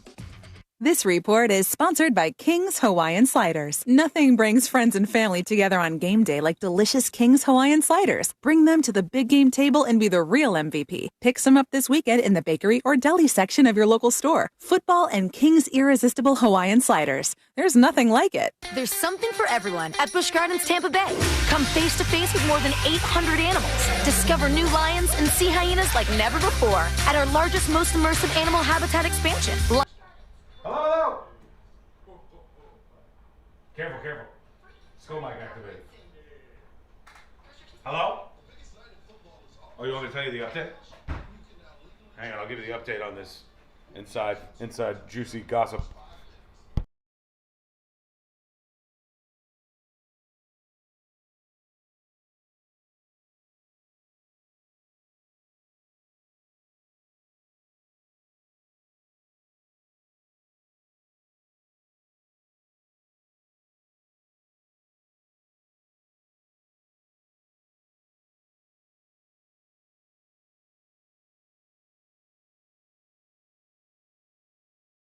Oh, God. What? That's What? really old. Huh? That's not that old, is it? You guys should all try it for secret shows. Okay, we might. That might be a good idea. Okay, we'll do that. That's a good idea. I'll bring it over here. I can't find out how old it is, though. This is when Stolichnaya was still made in Russia, or still. I think this was in the Soviet Union or something. Kevin from Wood Concepts gave this to us. I don't know how old it is, but I think it's really old. Didn't you try to light a flag on fire with I did. It says USSR on the bottom, so that's not that old, USSR. It was like, so old. Yeah, it's oldish. All right, we're back. Hello, everybody. Lori, I'm sorry. Some stuff can't make it to Skull Mike even. We're back here. We're back. Jump on board, everybody. If this is Stolichnaya vodka, imported from the USSR, and it says on the bottom, USSR, how old are we thinking this is? Obviously not anywhere near 150 years old because of the USSR. Maybe 50? 60? 40 to 50 years? That's what I think. It's probably around that, right? Okay, we're back live in just a couple of minutes. Be safe? Well, what's the worst that could happen? It's vodka, right? 1991. I'm about 50% deaf, so I have to read lips. Otherwise, I can't hear S. Well, I don't know what you just picked up on that. You throw up live on Skull Mike? I could. That could be what happens. This stuff is old.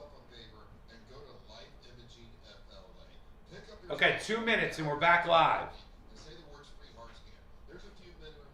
To punish Josh, you should tell him he needs to eat NAL's Baconator. He will get it. What's NAL? I'll ask him, but what am I saying? What's NAL? The Baconator's Wendy's.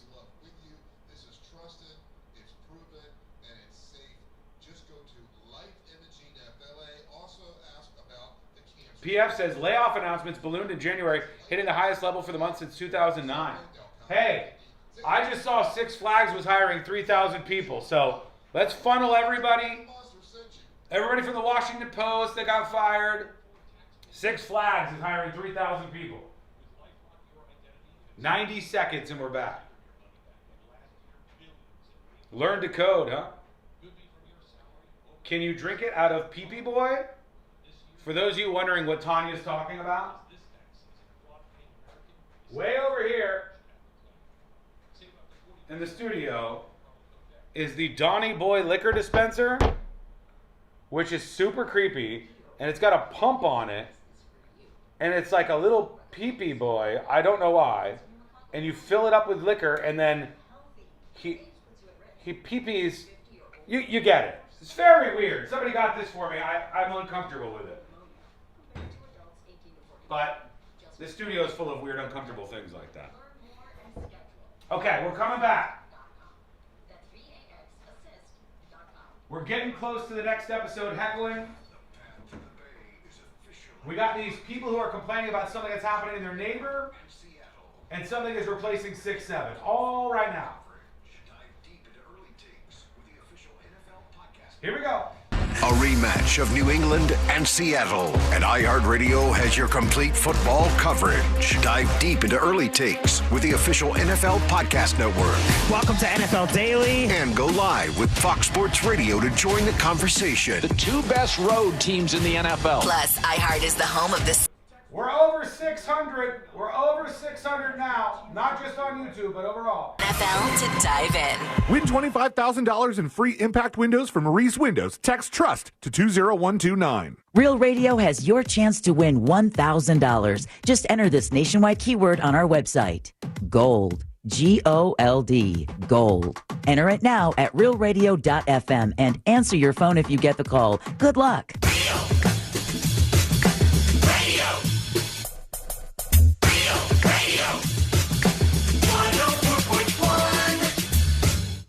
The game of magnets, taking over the world one terrible person at a time.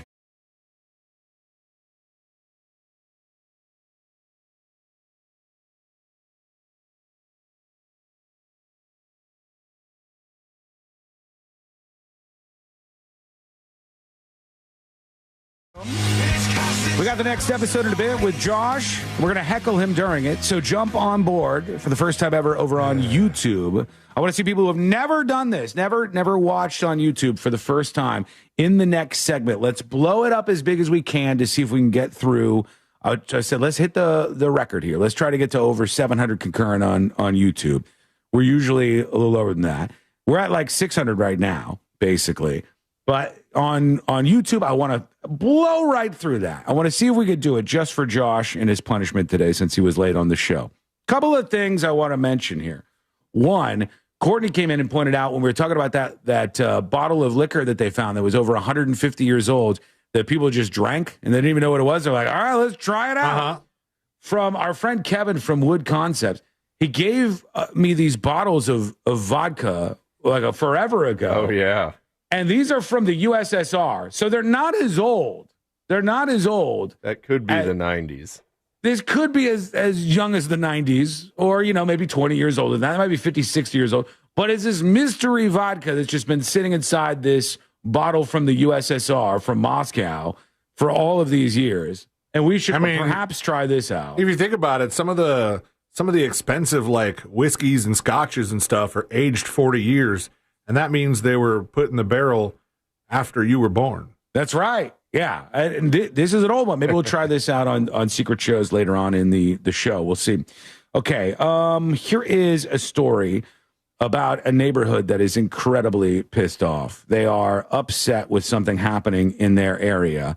And it's because this has been happening in neighborhoods all over the country where one particular thing is growing very, very fast. It's a sport, and it's ruining things. It's ruining things in their neighborhood.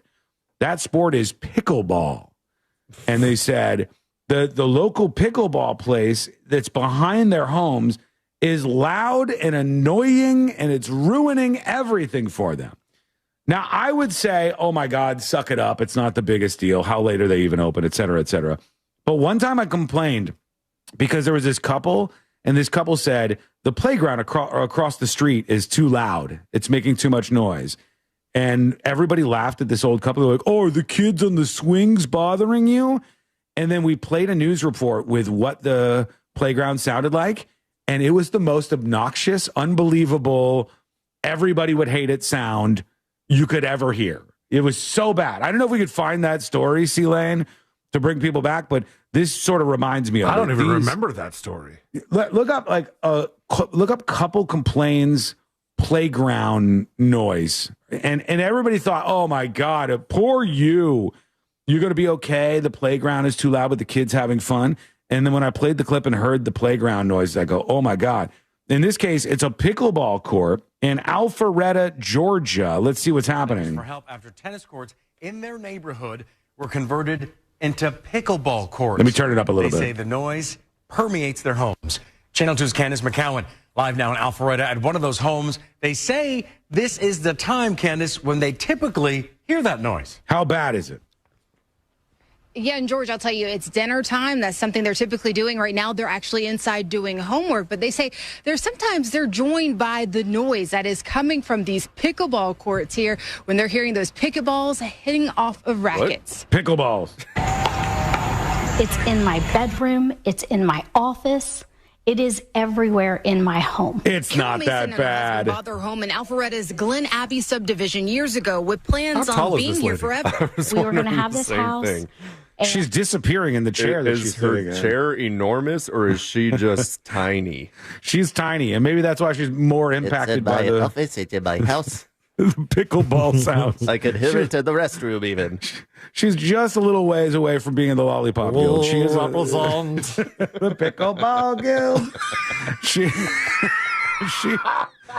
She's very upset by this.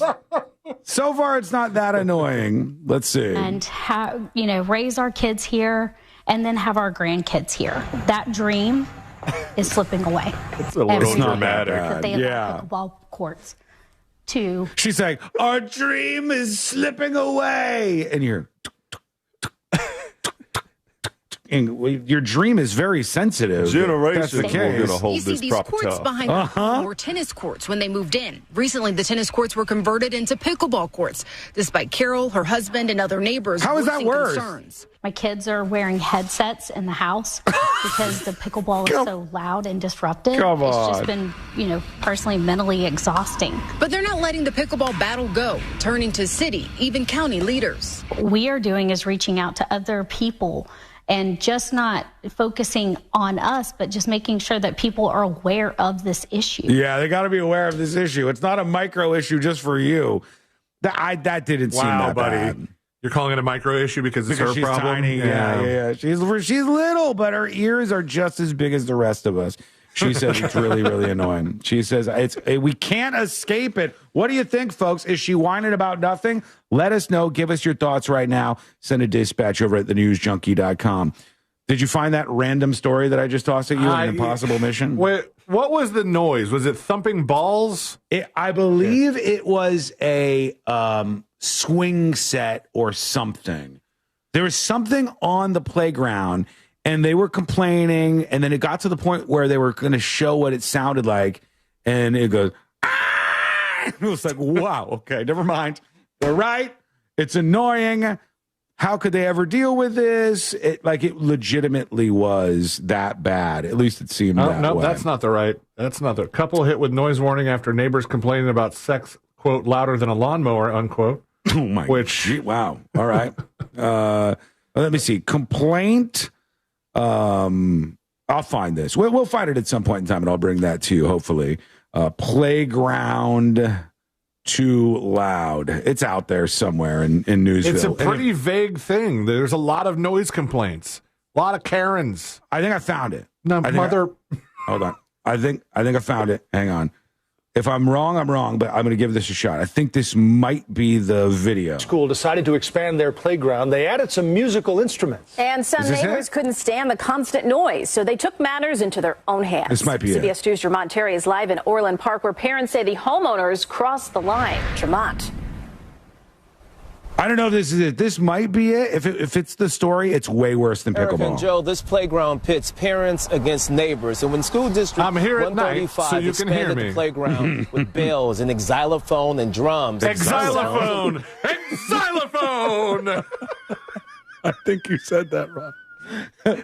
There's bills, there's an xylophone. A lot of weird pronunciations from news people today. Jermont. Yeah, what's going on? Orland Park, where parents say the homeowners crossed the line. Jermont. An xylophone. Erica and Joe, this playground pits parents against neighbors. And when school district 135 expanded the playground with bells and xylophone and drums, the sounds alone left some neighbors furious. But what one neighbor did in return, blaring explicit music, oh no, brought police here to the playground. No, this is different. No. Prairie Elementary School in Orland Park. Yeah, this is different. This is them. They blared some offensive music, vulgar music, to protest the kids on the playground. And whoever just said to drown out their xylophones. Somebody said, "Who could be so upset by kids who were playing on a playground?" Not so easy to find, is it, buddy? I see so many stories about this, but I don't. That's the problem. I don't see the one. Yeah, if you could find this, send it to tips@thenewsjunkie.com. We'll get it in at some point in time during the show. Before I get to your emails, I wanted to warn you that apparently the 6-7 thing is totally gone. All right. Even though Kamala Harris is still using it, she just launched an account for getting Zoomers into politics, and they named it something 6-7. And I was like, I thought this was over with. But the kids have now moved on to another completely pointless, useless thing that they're saying over and over again, and it's chicken banana. Chicken banana. Sounds like something from like Minecraft or Chicken Jackie. I want you to play this for Jackson C-Lane. Okay. Because I think he'll like chicken banana, and this is where it comes from, this viral video. Chicken banana. Chicken banana. Banana. Banana. Chicken banana. You understand what's happening now, right? Yep. I like it better than 6-7. You're right. I do. As dumb as this is already, I'm trying to think if he's already heard it. Like if this is showing up in his YouTube feed. He might know it. And he's going to start wandering around your house going, chicken banana. That's the new thing. It doesn't mean anything. Listen, variety is good because, he's learning new songs as the days go on all the time. Mm-hmm. And some of them are good. Some of them, a little weird. The Finger Family song is super weird. What's the Finger Family? That does sound a bit weird. The Finger Family is like they do it a Coco Melon, Miss Rachel kind of thing. And I just look for Finger Family song? Yeah. Buddy, that sounds like I'm going to be on a list. Well, Finger Family song. All right. Coco Melon? Yeah, do that one. All right, here it is. Finger Family. Hey, Lizzie, hit me. Yeah, sure. All right. You let this play in your house? Yeah. It's a thing now. And now he sings it. Are you telling me that Jackson is running around your house going, Daddy Finger, Daddy Finger? He doesn't get the words as well as you did, but yeah. Oh, my God.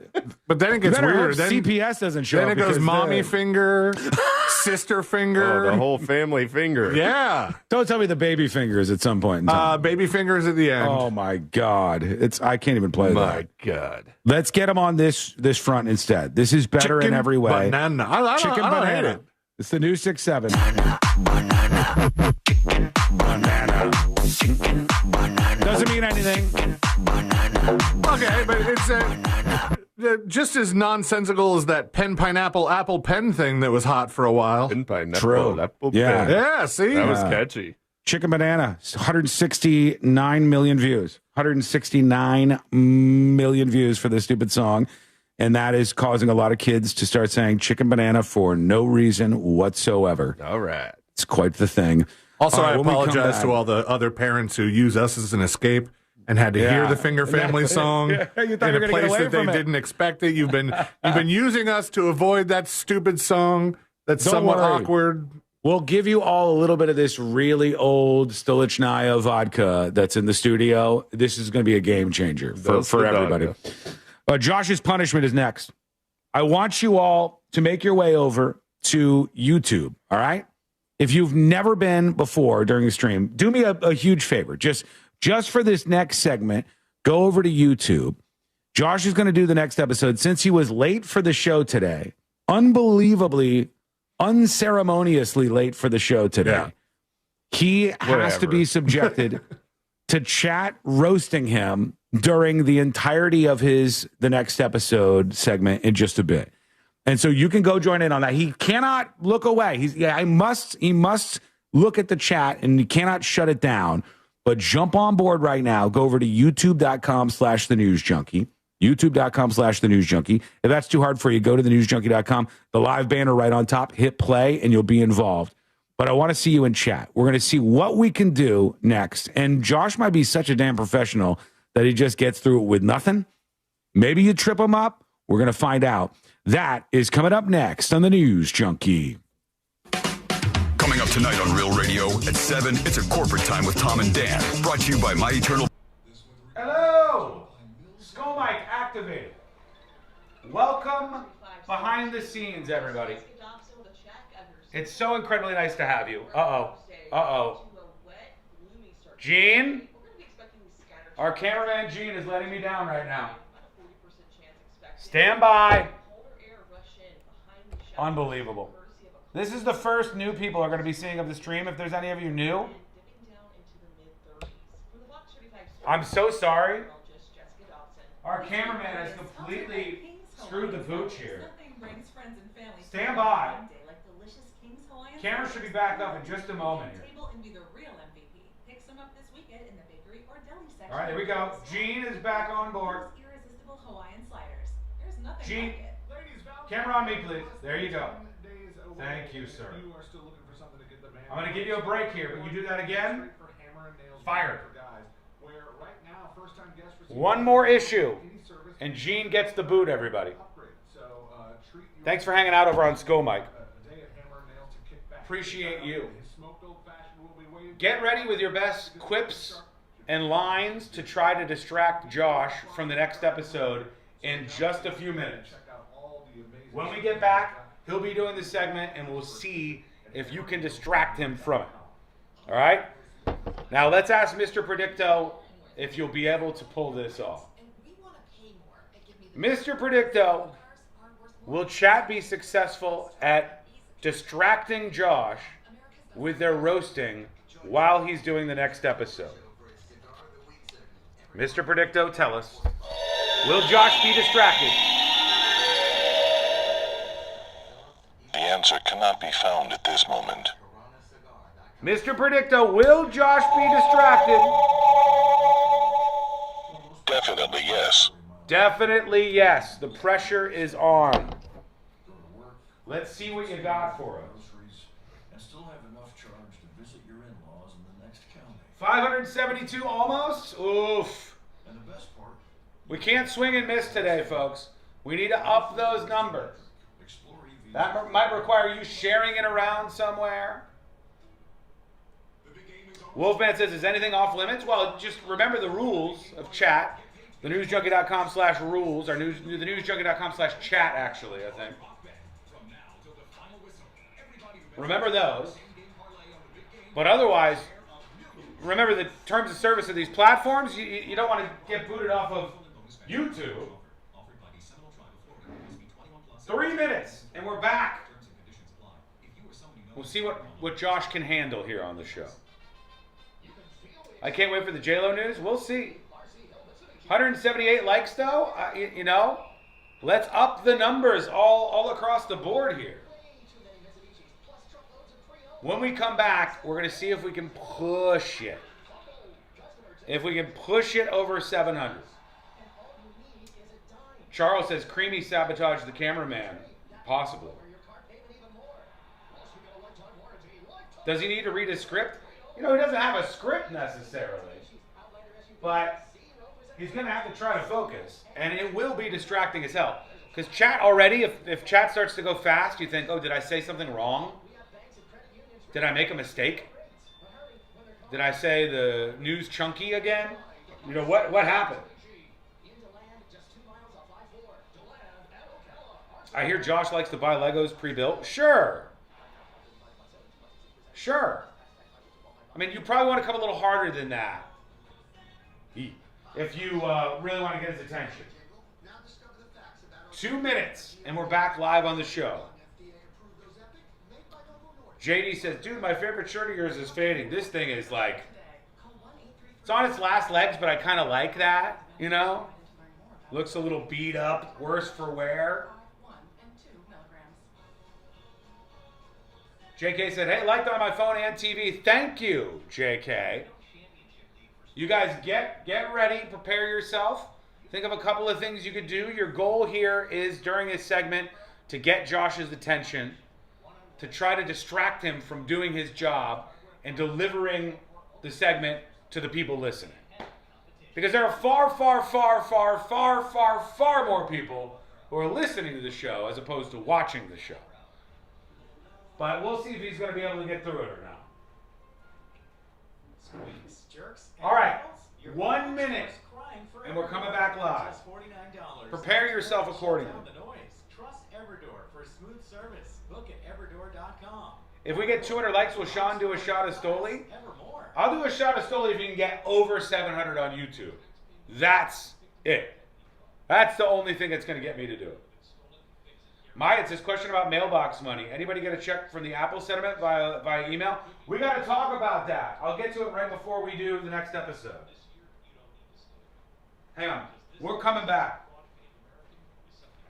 We are coming back in just a moment. Hang with us and get all your distractions for Josh ready.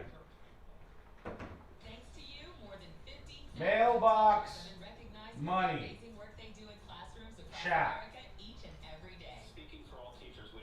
All right, here we go. iHeartRadio's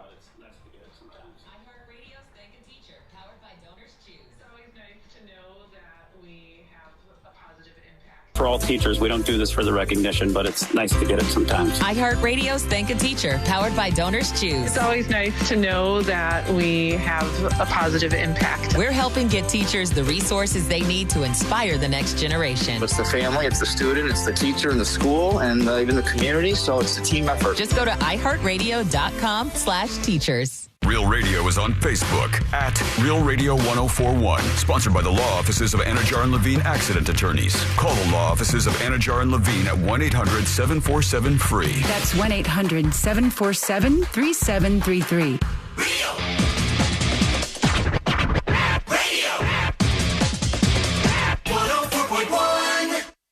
Your direct line to the heroes that saved Canada that one time.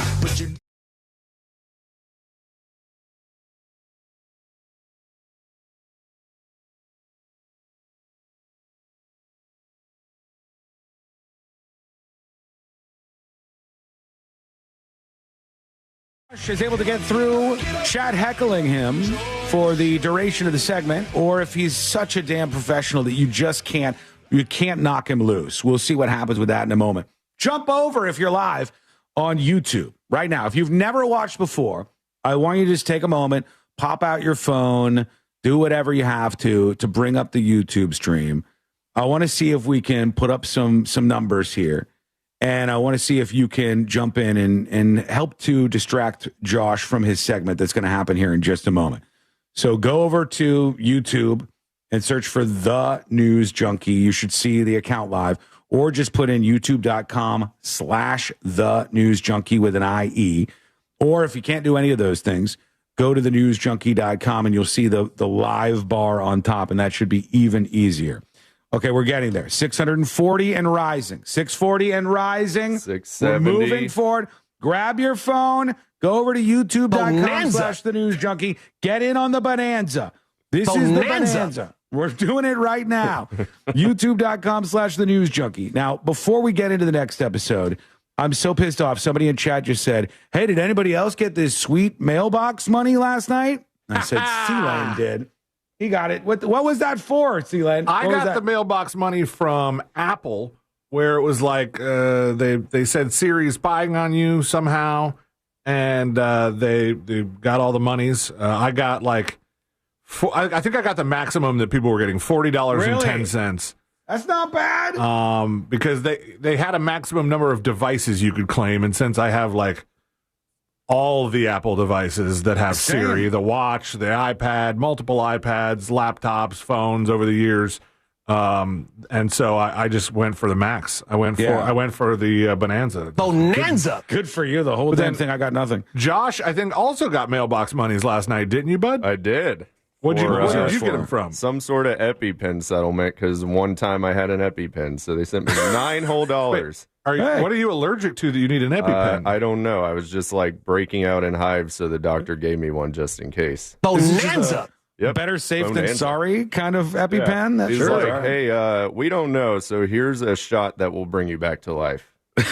All right, everybody, get in on the action right now. YouTube.com/thenewsjunkie, or go over to YouTube and search for The News Junkie. Bring up the stream, and we'll see what we can do here. It's time for it. Let's do the next episode. Because there's a lot on TV, and you can't possibly keep up with all of it, even though you should, because what else are you going to talk about? Bonanza. Nothing. Weather's nice. It's time for the next episode with me.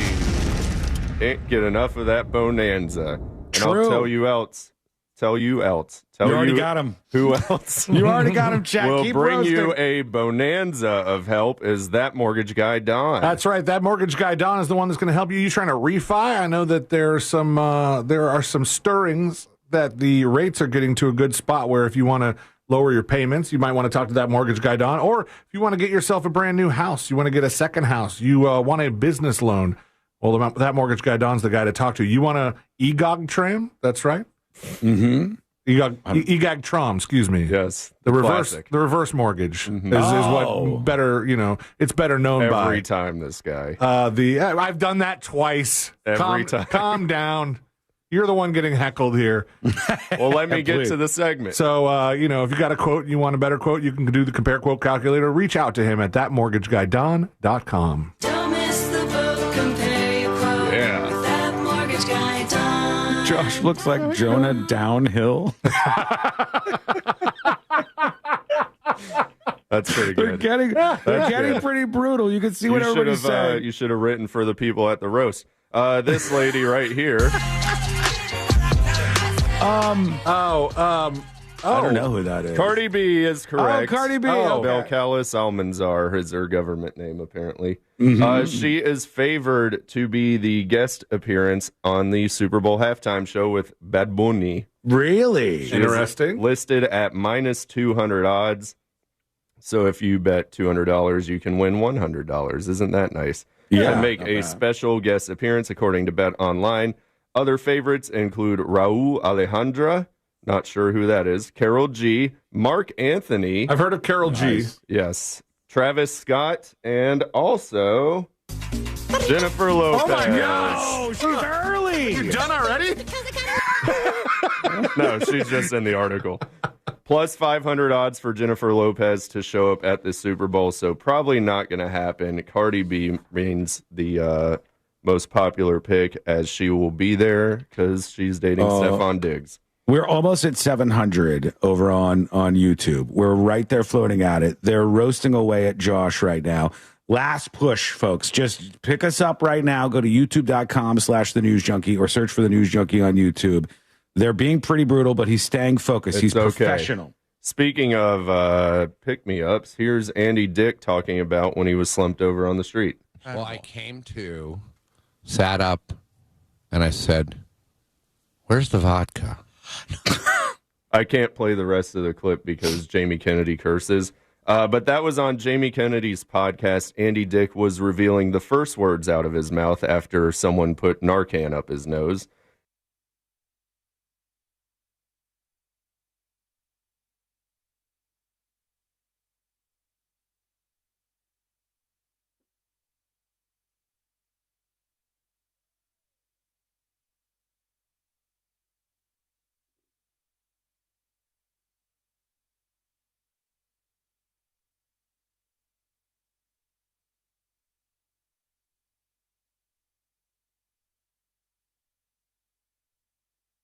No, Harrison Ford. Oh. You were so close.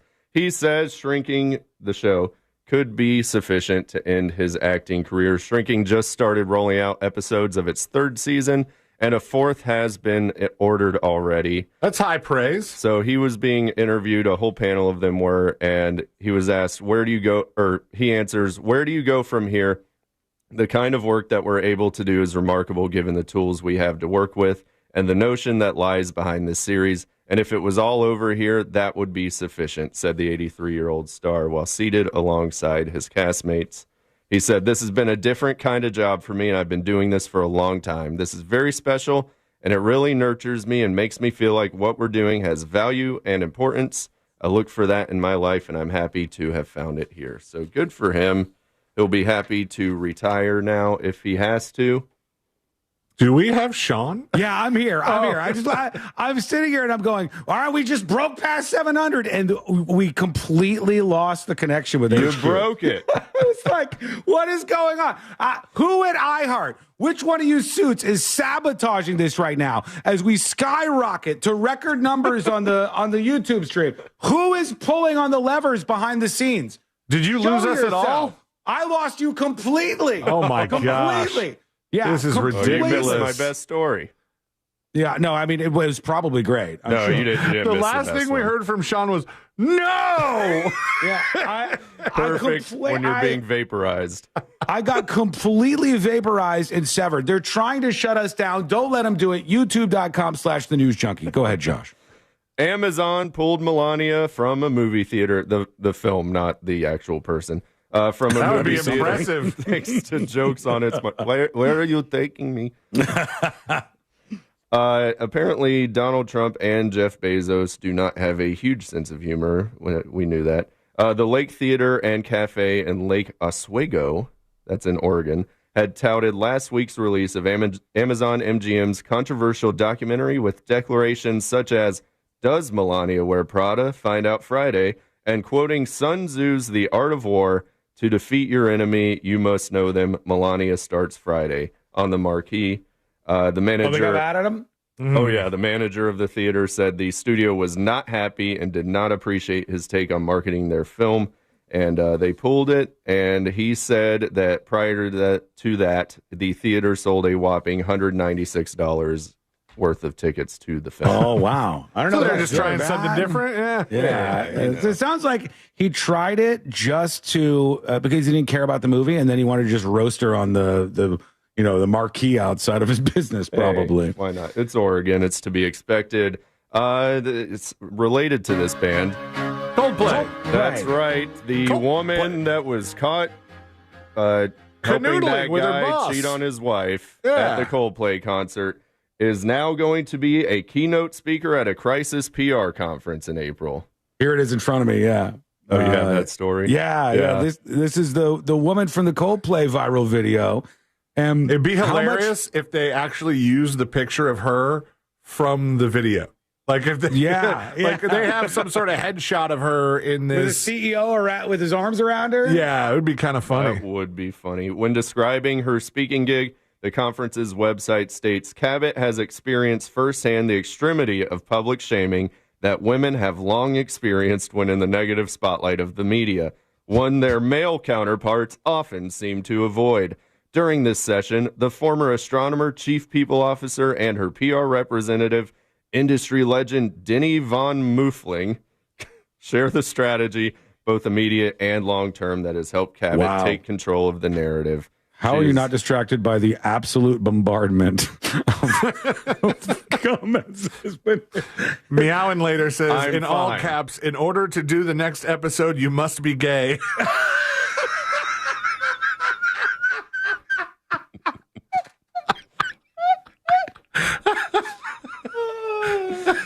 That's Never even good. thought about that. That's pretty good. Yeah. That is good. Wait, hold on. Sealand's done it. Well, he's all right. Daddy Finger. Yeah. The White House is now quoting this show.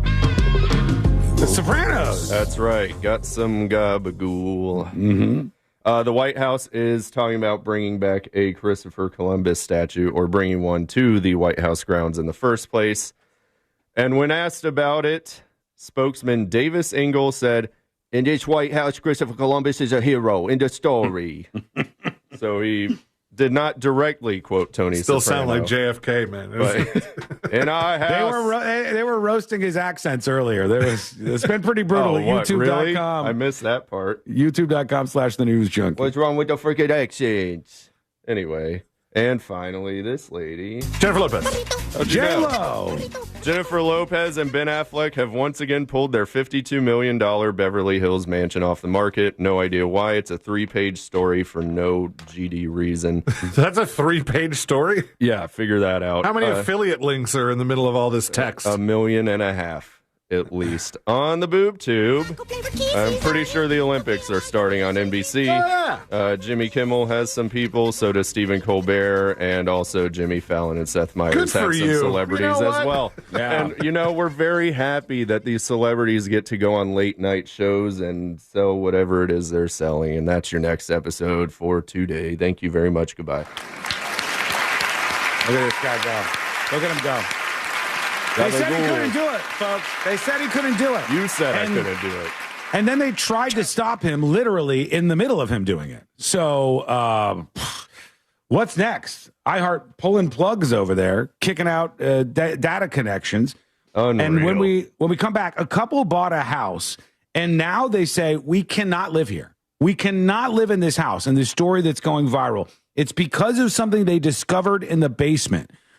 I want to see what your reaction would be if this was your house, but I would still live here. We'll see if you would. What is freaking this couple out that's in the basement of this house that they purchased?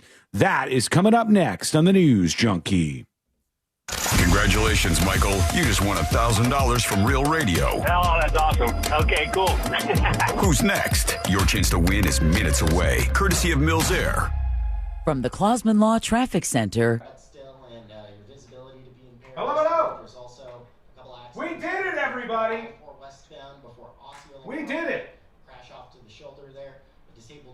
I mean, what are the chances that is the one time when we have a complete data severing at HQ? The stream stayed up, okay? The stream stayed up. But the connection between here and HQ went down. There's a 0% chance that this wasn't one of the suits over at iHeart going, oh yeah? Let's see what we can do right here when you guys are breaking records right now. Unbelievable. It was over 600 for a bit. For just a tick. No, it was over 700 because the total was 789, I think, at one point. You were brutal, but I think fair. And there's no way that wasn't iHeart sabotaging that on the other side. All I'm going to tell you is I hadn't had any convos with iHeart about my contract, which is up in like 4 or 5 months. And I just had a convo with the suits at iHeart. And, I mean, they're incredibly nice people, some of them. Especially the person who I met with. It's somebody I respect in the industry. And in an industry where there's very few people that I respect, this is a person I respect because they're an actual radio mind.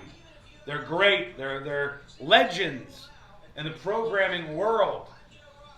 And I thought it went well, but maybe not. Maybe they had a different vibe on it. If behind the scenes, we got people unplugging stuff. And I will also tell you, and I don't want to get too deep on conspiracies here, but this could be related to the thing that is off the record right now. Crazy. I just want to say, great job, YouTube.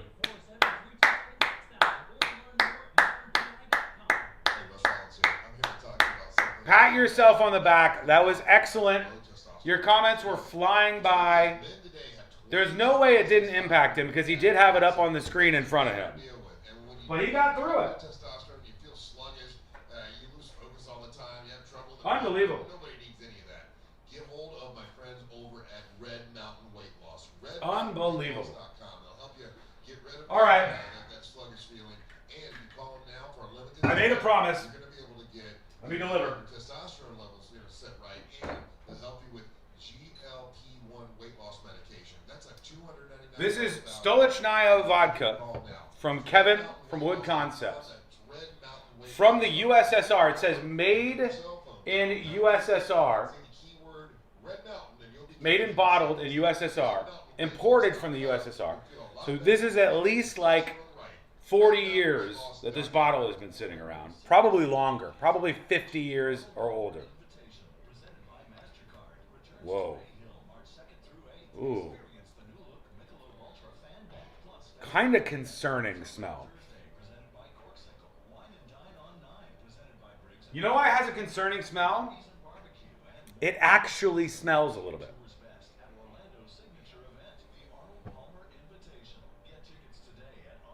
Say when.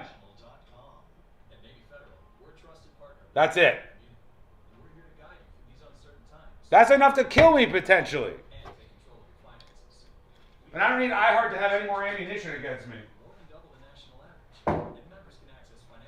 That's it. I'm not doing any more than that. This is over 50 years old. Has just been sitting in that bottle for God knows how long. Alcohol can't go bad. What if the USSR was putting like rocket fuel in these things to smuggle them out of the country in the case everything was going wrong? Take a big swig? No. You take a big swig. I'm not doing this. Not enough to puke on Skull Mike? You guys better be liking that stream. It does. I'm telling you, it smells concerning. All right, count me down. Angel, I'm not saying what's going on, but I'm saying there's some good drama.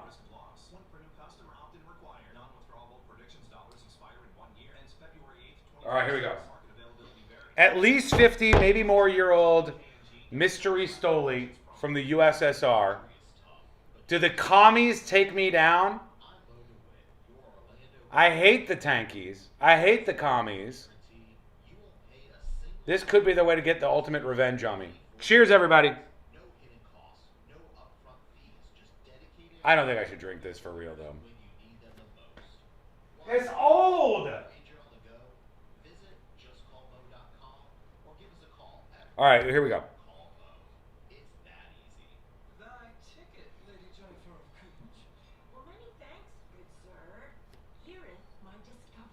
Oh my God.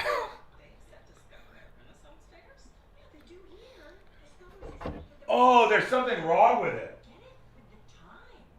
There's something wrong with it. It's not supposed to be like this. Something has gone wrong with whatever this is. I don't know what's in it. Oh. It was like my body did not want that to go inside. Oh. Turpentine? It's like an oil. It tastes like oil. Like motor oil. I don't know what that was. Something's gone wrong with that bottle. Yeah, it literally tastes like motor oil, like mobile motor oil. I already got it inside me now. What do I do? Do I puke? All right, we're coming back, I think. Out as prices move. Download the Kalshi app, use code iHeart, and get $20 when you trade 100. Kalshi. Kalshi. Trade on anything. Do you have AC needs? Turn to the experts at Carrier. Go to millsair.com.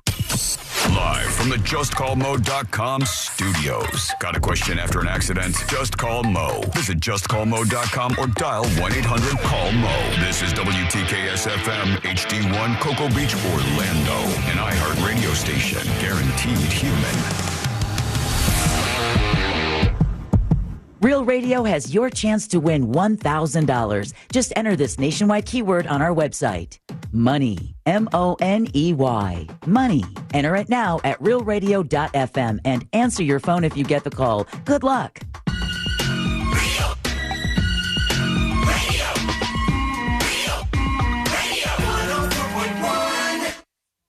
On the bright side, we're not dead yet. You're listening to the news.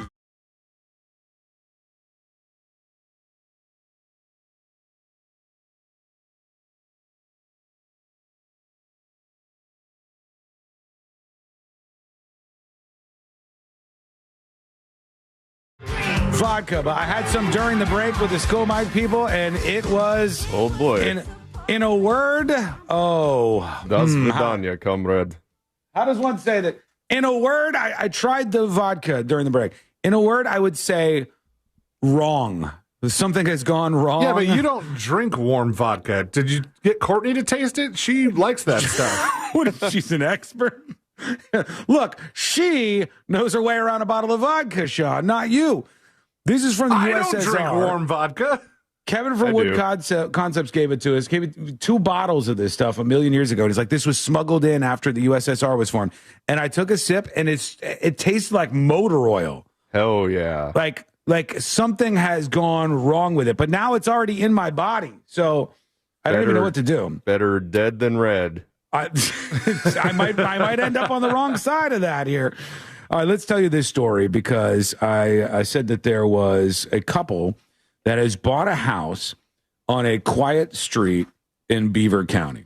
All right, Beaver, Pennsylvania. We make fun of Beaver, Pennsylvania from time to time. We used to make fun of Beaverton, Oregon a lot. That Beaverton, Oregon, that was the target we had for a while because we were trying to take the attention off of Florida being mocked too much. And these people bought this house. It's beautiful. Let me show the streamers, and you can go up to youtube.com/thenewsjunkie. This is the house these people bought. Nice place. First of all, nice, right? You guys would stay in this house. Yeah, right? I would. Yeah, it's gorgeous, or gorgeous, they say. And it's got a nice little path to the front door of the house. It looks like it's got some age to it. And what style house is this? Draconian. Draconian? I don't know if that's right. That doesn't sound right. Yeah, it sounds wrong, but it's an older house. Victorian might be right, Josh. That sounds a little bit more legit. What style is the Home Alone house? Because it kind of looks like that. It does a little bit. It's like where it's got all these windows along the front and then a central entrance. It's Georgian style. Georgian. All right, it's a Georgian style home that this couple bought in Beaver, Pennsylvania. And they're pissed off and they don't want to live here anymore. And I tell you what's going on with this house, and I want you to tell me if you bought this place, would still just live there. It looks kind of like the Father of the Bride house. Kind of. It's a beautiful house. Like just from a glance, I'd go, the house has some history in it, and I love it. The property listing in Beaver, Pennsylvania, extolled the countless charms of the colonial revival. There was the grand foyer with a handmade railing, the built-in cabinets, and beautiful hardwood floors. The covered porch offering stunning views of the nearby Ohio River. This home adorns many wonderful features, the listing read, and outstanding details throughout. One detail, however, was notably absent from the listing. The sizable swastika arranged in permanent tile on the basement floor, they said. The omission has become the source of an unusual legal battle. A disturbing discovery that's weaved its way through state court systems and raised questions, legal and otherwise, about what represents a material defect in a property. And they said these people bought this house. Oh, you could argue this is not a material defect unless that tile is leaking. Well, they said, what, C-Lane, what is permanent tile?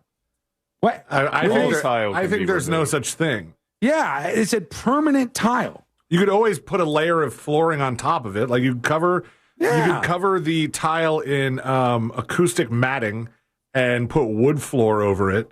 Or you could, put any number of like sticker tiles or something. You can cover this. Yeah. Somebody, eFresh Rock says, OMG, just break the effing tile. Yeah. Why? What makes this a permanent thing?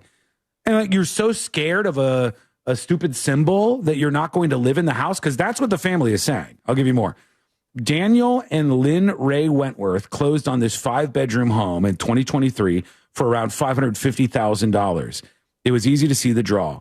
Anchored in a spacious lot just a block from the river, the home was idyllic by just about any measure. But shortly after moving in, they're clearing out the basement and they discovered a grim iconography in the tile. A swastika, along with an image of what they think is like a Nazi eagle. Oh, yeah. All right. They said, according to the Wentworths, the tiled areas were covered by rugs during the inspection of the home. Duh. Right? And which is all you would have to do. Yeah, put a rug over it. But they're saying they won't even live in the house. Mortified, they said. They filed a complaint in Beaver County Court. They said they never would have bought the home had they known about the tiled floor. Nor, they said, could they be expected to live in the home or sell it, given its condition. In their complaint, they said it would cost $30,000 to replace the floor. This is just something you never expect to have to deal with. The seller, an 85-year-old German immigrant who'd lived in the home for nearly half a century, did not share this view. In response to their suit, Albert that's Torrance, weird. He moved to the U.S. in 1941. What was going on? I'm a little suspicious. Don't be suspicious. Don't be suspicious. His cousin's in Argentina, I bet. His name's Albert Torrance. Yeah. And it might have been Adolf before he came over here and switched it up a little bit. Hello, it's just me, Adolf Torrance. Albert Torrance said in a court filing that purely psychological stigmas do not constitute material defects of property, and a seller has no duty to disclose them. I agree with the Nazi. Mother of God. That would have been so good. Why? Yes. Son of a bitch. Yes. I knew I'd only have one chance to get that out. I'm done today. I am so done. He stomped on it, so the audio is no longer good. And I've already said what I needed to say. What was that? I agree with that old guy, is what I said. What's more, he argued, the Wentworths had failed to identify any untruthful or inaccurate statements he'd made regarding the property. In an interview, Torrance denied the home's previous owner was a supporter. Just put the symbol there because he didn't like him? All right. I put them in the basement, the worst place. He said he was reading a book about the swastika being co-opted by the Germans, and he decided to include the symbol in a basement renovation project and placed a rug over it not long after and forgot about it. Come on. I'm not buying it, German man. All right. I don't buy this. So they require you to disclose a lot of things when you sell a house, but one of them is not about hate symbols and stuff like that. No. But this couple is like, we will not live in the house. We will not live in this house. We will not stay under this roof. I feel like the couple is being obtuse. Yeah, a little bit. Like it's not that big a deal. I mean, I don't want it. one. Yeah. But it's fixable, and I think maybe the seller obviously wanted to cover these up for inspection and for all that because they had a chance to go, and this could be on the inspector. I don't know. Also, it's not really the inspector's job to look for Nazi symbols on the floor or anything. But the problem that the buyer has is they've gone through with it. Whereas they could have in the deal said, listen, I will buy the property for this amount of money with the stipulation that you guys get rid of that Nazi tile before I take over this house. And that would have worked, I think. I think that would have worked. There's things in place that they have to, like, it's part of the contract. Like, when you're buying and selling a house, there's stuff that they put in the contract. Like, if when you toured the house, there was a washer dryer there, and they're like, this does not commute or does not convey. Nazi tile does not convey. Well, no, but just like you have stipulations in the contract for stuff like that, there's other things that if it's part of the contract, it has to be there. For example, when I was buying my current house, in the process, some delivery driver or somebody backed into our brick mailbox and destroyed it. Right. But that was part of the house, and the company that sold it to us still owned the house. They still operated the house. They had to fix it. They had to pay a mason to come over and lay new bricks and build us a new damn mailbox because, that's part of what's there. So the swastikas in your sunken living room, you knew they were there. You were aware. Those were installed after we bought it. Okay. Yeah, I see. I don't have a sunken living room. I've got this couple talking about this, apparently. It's not sunken anymore because I filled it with so many swastikas. But it's mine. I own it, which is horrific. This is her. After months of searching... Oh, they're doing an interview in the basement. You're right. It's so horrific. I won't sleep in this house, but I will do the interview sitting on top of the Nazi tile. It's like witchcraft. She's on top of the actual part of the tile that she's so offended by. Whitworth and her husband were thrilled to find what they thought was their dream home. We loved the historical nature of it and the fact that there's opportunity it's definitely to historical. Update it and keep that flair. During the home inspections and walkthrough, they say everything seemed to be okay. Until they ended up buying it in 2023. But months after moving in, Lynn Ray says she was in the basement with her nephew, working to clean up a few things left behind by the seller. And it wasn't until they removed a large rug and table that they found a very large problem. I came down and I was like, there's something tiled into the floor here. And show it news. Take a step over here, and you're like, "Oh my gosh!" No, they censored it. Come on, they censored it out in these people's house because it's too offensive for broadcast, I guess. And the couple was like, "Well, we can't live here anymore. We can't dig up the tile, or say, like Celine said, just put something over the top of the tile for God's sake." Yeah. It's not that big of a deal, all right? I think this is what is the most you're going to lose, like, from your floor or from your floor to ceiling by just tiling over the tile or putting wood floor over the tile? I wouldn't do wood because it's a basement, but any of that stuff, quarter inch, if that, Yeah. This is not enough for you to like get rid of this house or get some giant payout. I just don't think that's going to work. They want this guy to pay for the tile. I think this is all a ploy. They shouldn't have gone through with the contract, and now that they did, they're kind of kicking themselves because they don't. I don't think they have a legal recourse. Like they said, the tile is not defective.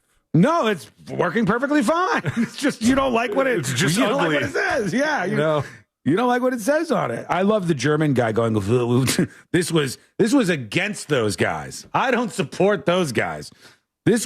I made this sign on my tile as a middle finger to those folks. Who doesn't do it this way? Makes perfect sense. Let us know what you think. If you bought a house, you pulled up the rugs, and this is what you saw, would you still sleep in that house, or would you fight it like this couple is? Give us a note on this. Send an email to tips@thenewsjunkie.com or record a dispatch, and we'll hear from you here on the show today. Record yours now at thenewsjunkie.com. All right. So mad. So mad. Still so mad. It could have been the opportunity of a lifetime. People months and years down the road would have been like, why is Sean saying that? There's no context that could ever make that make sense. It just... But it's a bonanza today. It's a bonanza. There's plenty of bonanza. It's a bonanza. I was searching for a different clip because I know bonanza. I know I have you saying Nazi-ish stuff. No, delete those. A quick break. When we come back, we'll give you updates about these school protests that are going on. We got jury duty queued up here on. So once again, congratulations Thursday. to him.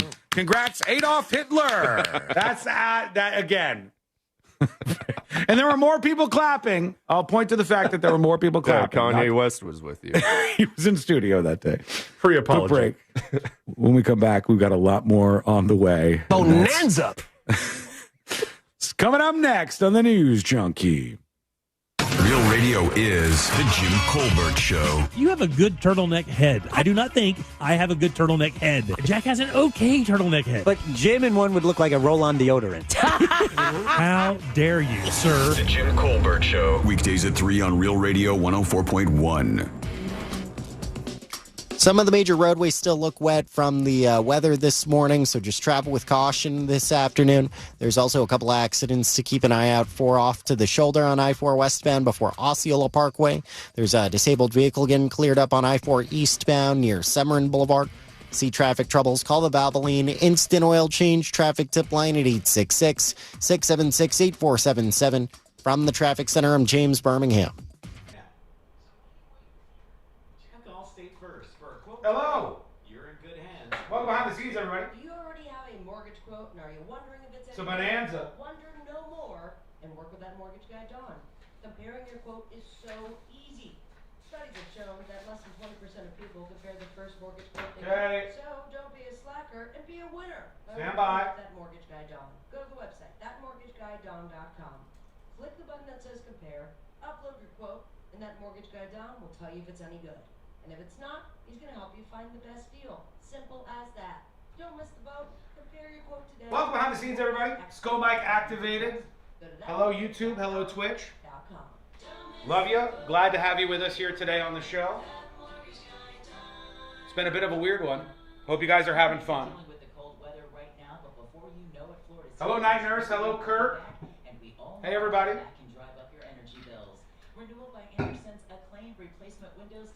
Now, if you can edit out Sealand's voice over the last clip, hey, that's not my business to be helping anybody out with that stuff.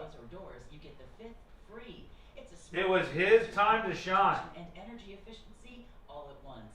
Even better, many homeowners notice a difference immediately. The awkward thing not noted in that story was the buyer's home name was Anne Frank. That's not true.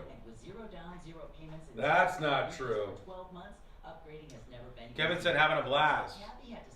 Good show so far, but do we just crash into the finish line here and completely shit the bed at the end of the show? Visit bestwindowsflorida.com to schedule We'll see. in-home consultation. We shall see. Partner of the Tampa Bay Buccaneers. Oh, I'm feeling that. That Russian vodka.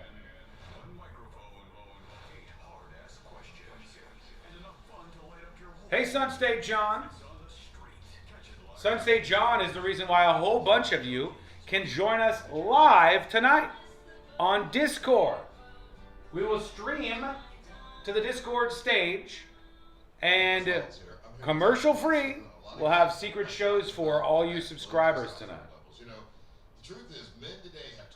Best up for the rest of the day? Man, if only I could tell you guys the juice happening behind the scenes.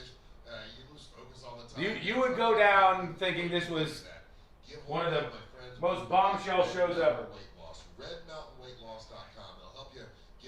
Oh, we got some emails coming up in a bit. The protests at school. I got a couple interesting twists on that.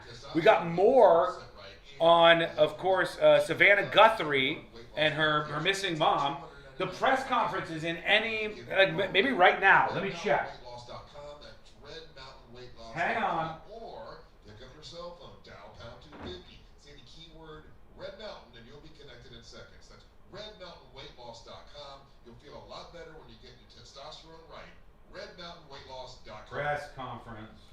Looking for a workout that doesn't feel like a workout? At Crush Yard. Okay, I got the press conference. I'm going to go back. Connection and fun. No matter your skill level. Whether you've never picked up a paddle or you play every Hang on, I'm trying to find the beginning of the press conference.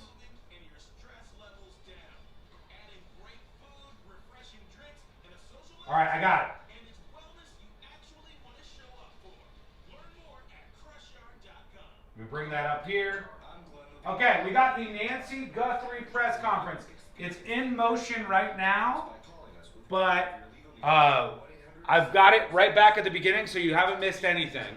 We'll see if they drop any new bombshells in this. No ads tonight, sweet? No, none. I was thinking about doing the ad-free stream of the show, possibly on the Discord. Because that's already hooked up to Secret Show subscriptions to control who can see it and who doesn't. I don't know if that's the best solution, but that's one that I have. Possible.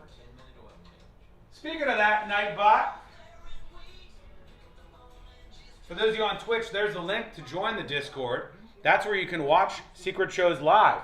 Now, if you're a Secret Show subscriber, you can either watch it live on Thursdays around 7:30 p.m., or you can wait till it's posted on Fridays before 5 p.m. EST. Every Friday before 5 p.m. EST, a new show is posted for Secret Shows. We have 90 seconds and we're coming back live.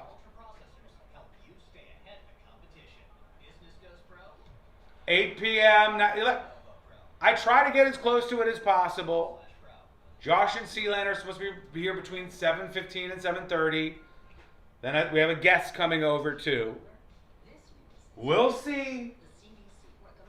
All right, to this, Savannah Guthrie, her mom is missing still. We're 5 days in. The press conference is going on right now. I have a lot of questions. I know you do too. Let's see what's going on in this press conference. Got to be something interesting in this.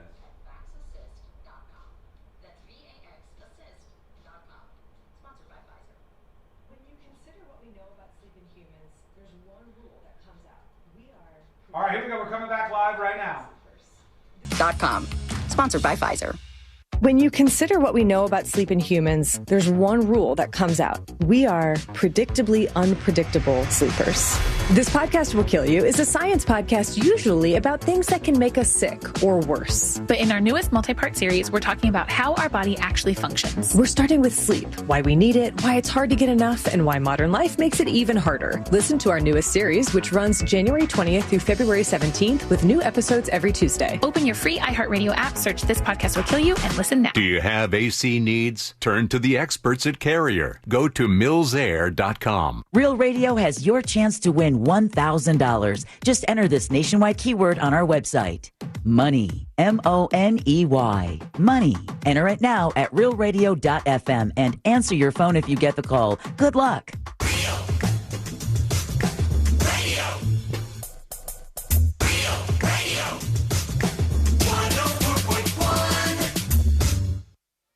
On the bright side, we're not dead yet. You're listening to the new.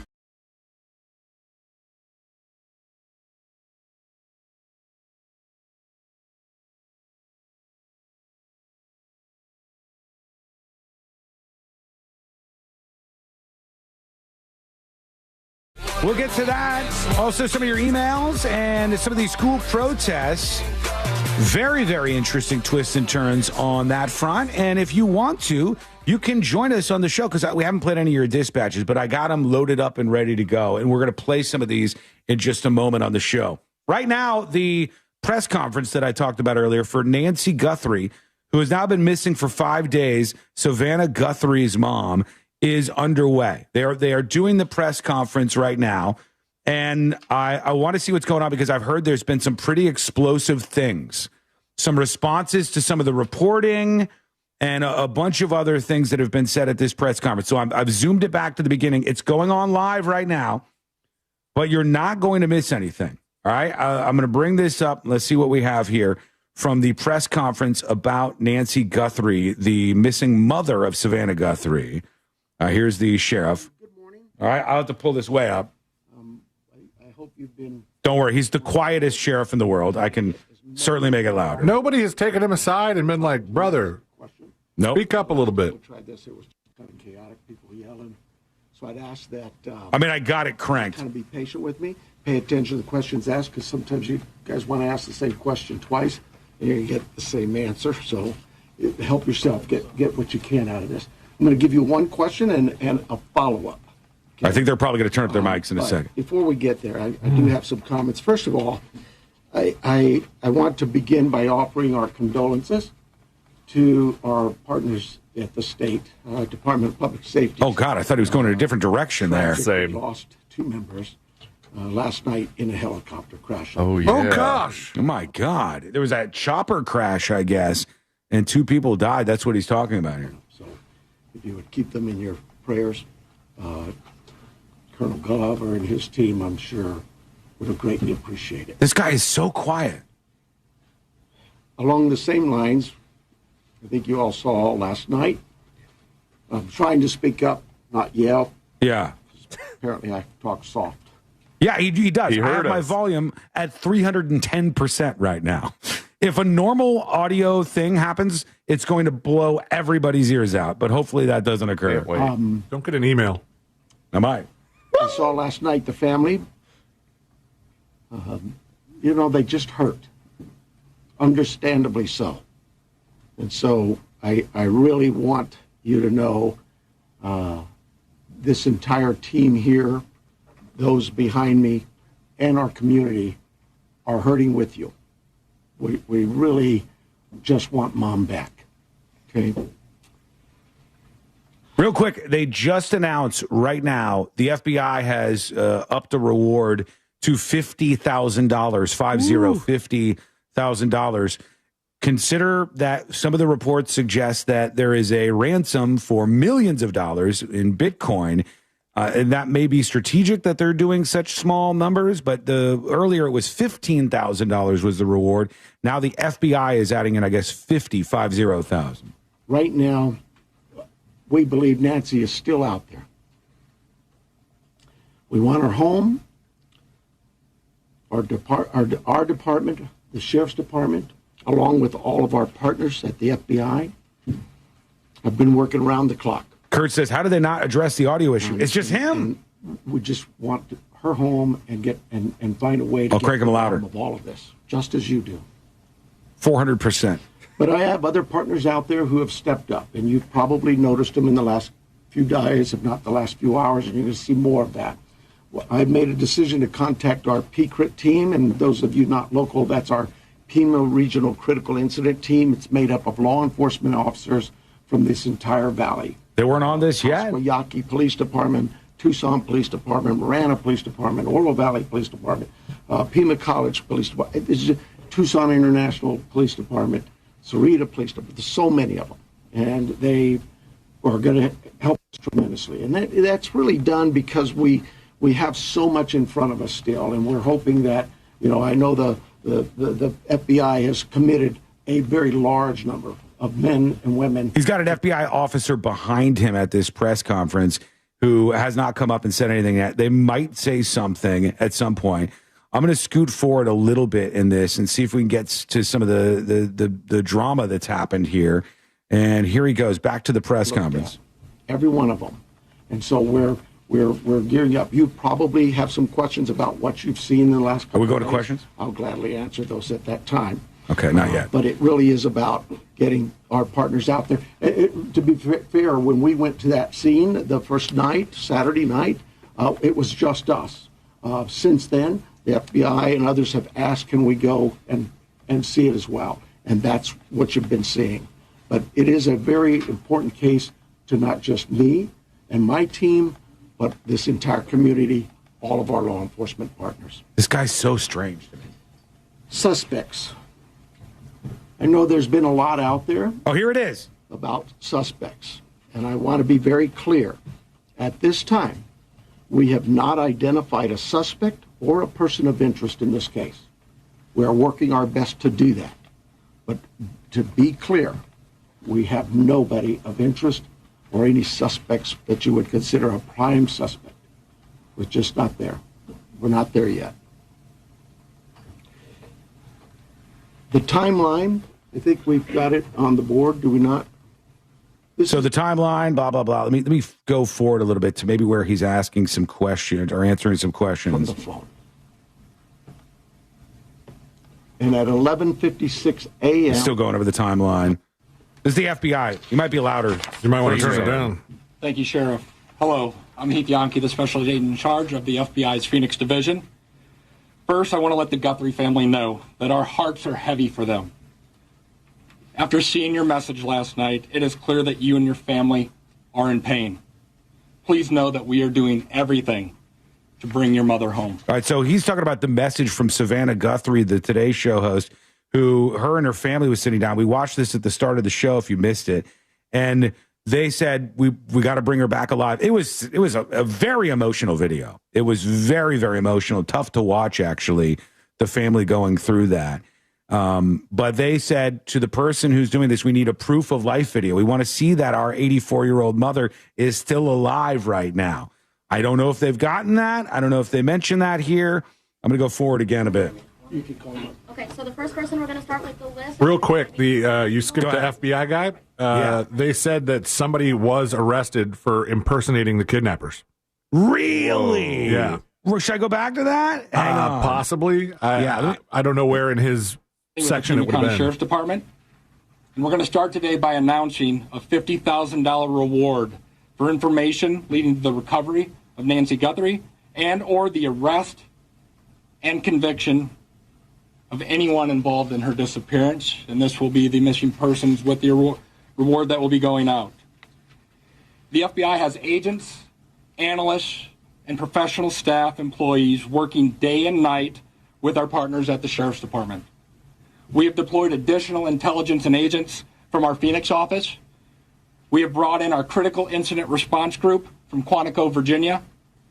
Members from our cellular analysis survey team are here, and they continue to collect and process digital information. I want to hear that part Celia was talking about. We are actively reviewing and analyzing information from all digital sources, which includes banks, social media companies, phone companies, and any other organizations where a digital footprint could have been captured. All this information provides data points and helps put the picture together. And we will be in the community continuing to conduct a thorough investigation with our partners. You heard about us out there last night. We will be back out there today. I would ask the media, give our investigators the space to do their jobs while they're out there. Next, regarding the ransom letter.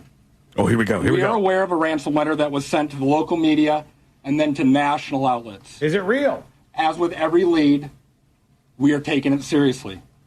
We are in communication with the family. And while we advise and recommend from a law enforcement perspective, any action taken on any ransom is ultimately decided by the family. Weird. Thank you to those in the community that have called in tips.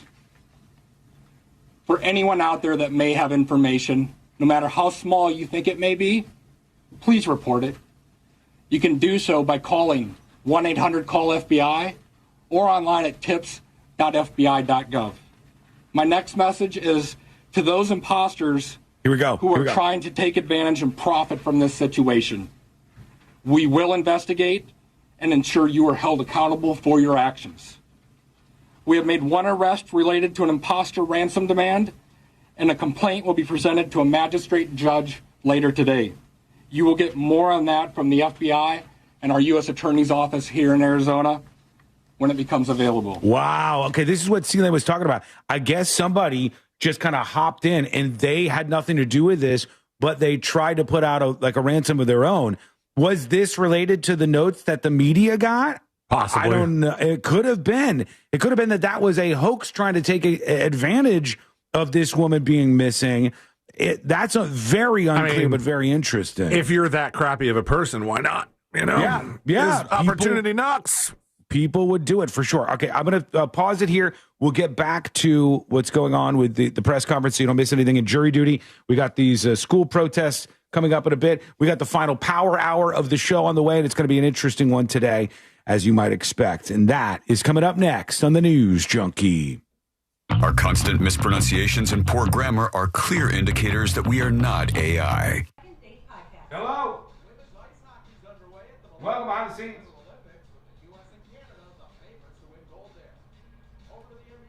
Stand by, I gotta work on something.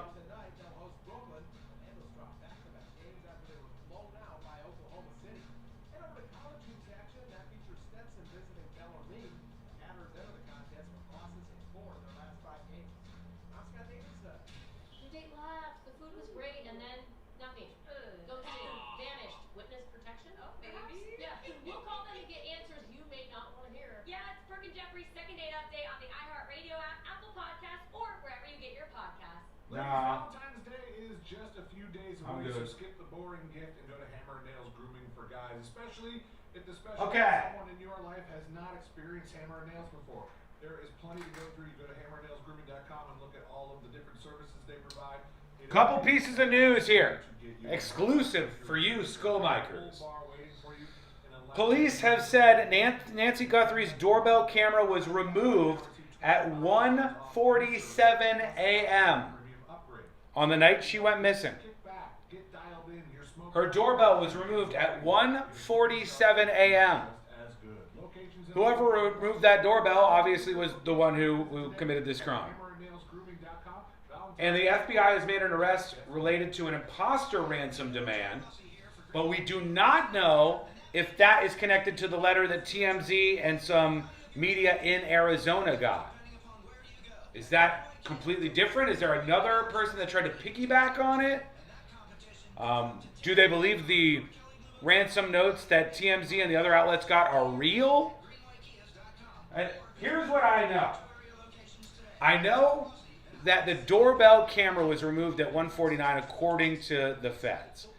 If the doorbell camera was removed, if all the information suggests that somebody abducted this woman, then somebody clearly, or people, maybe more than one person, took this 84-year-old woman, mother of Savannah Guthrie of the Today Show, out of her house and then brought her somewhere.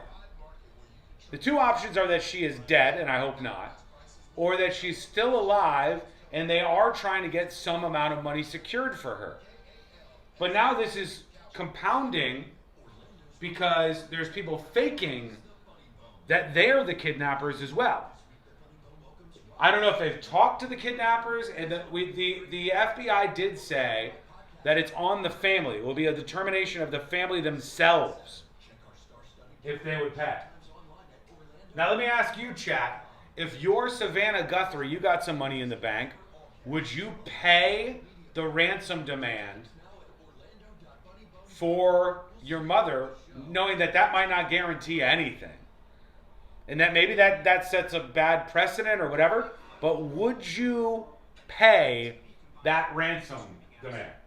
Yes or no?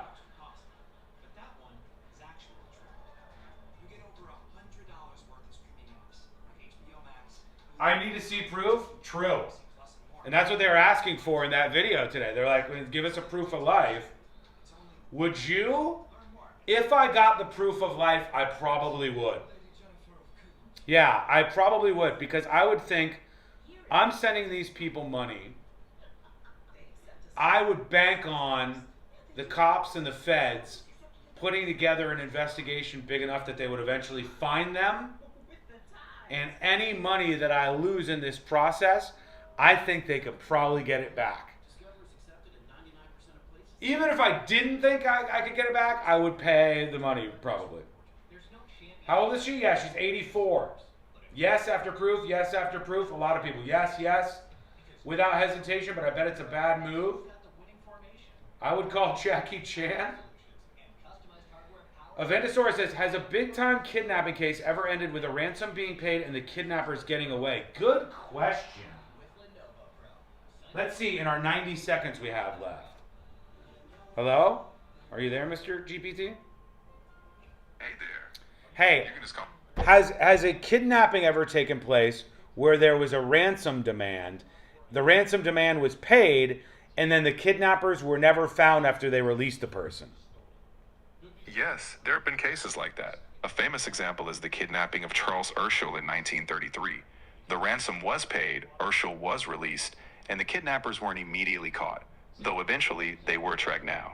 In some instances, though less common, kidnappers have disappeared without being found, especially in older or less documented cases. It's rare, but it's happened. Really? Interesting. So it's rare, but every once in a while somebody gets away with it, which is why more people try, especially with the Bitcoin twist. Very interesting. Okay, we're coming back. Jury duty is all queued up.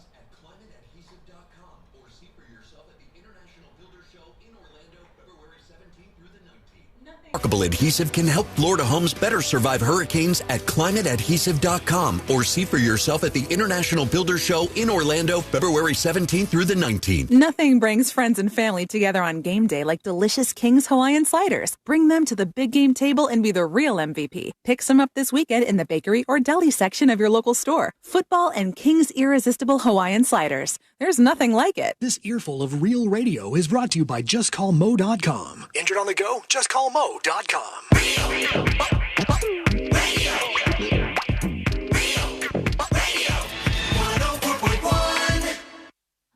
Your direct line to the heroes that saved Canada that one time.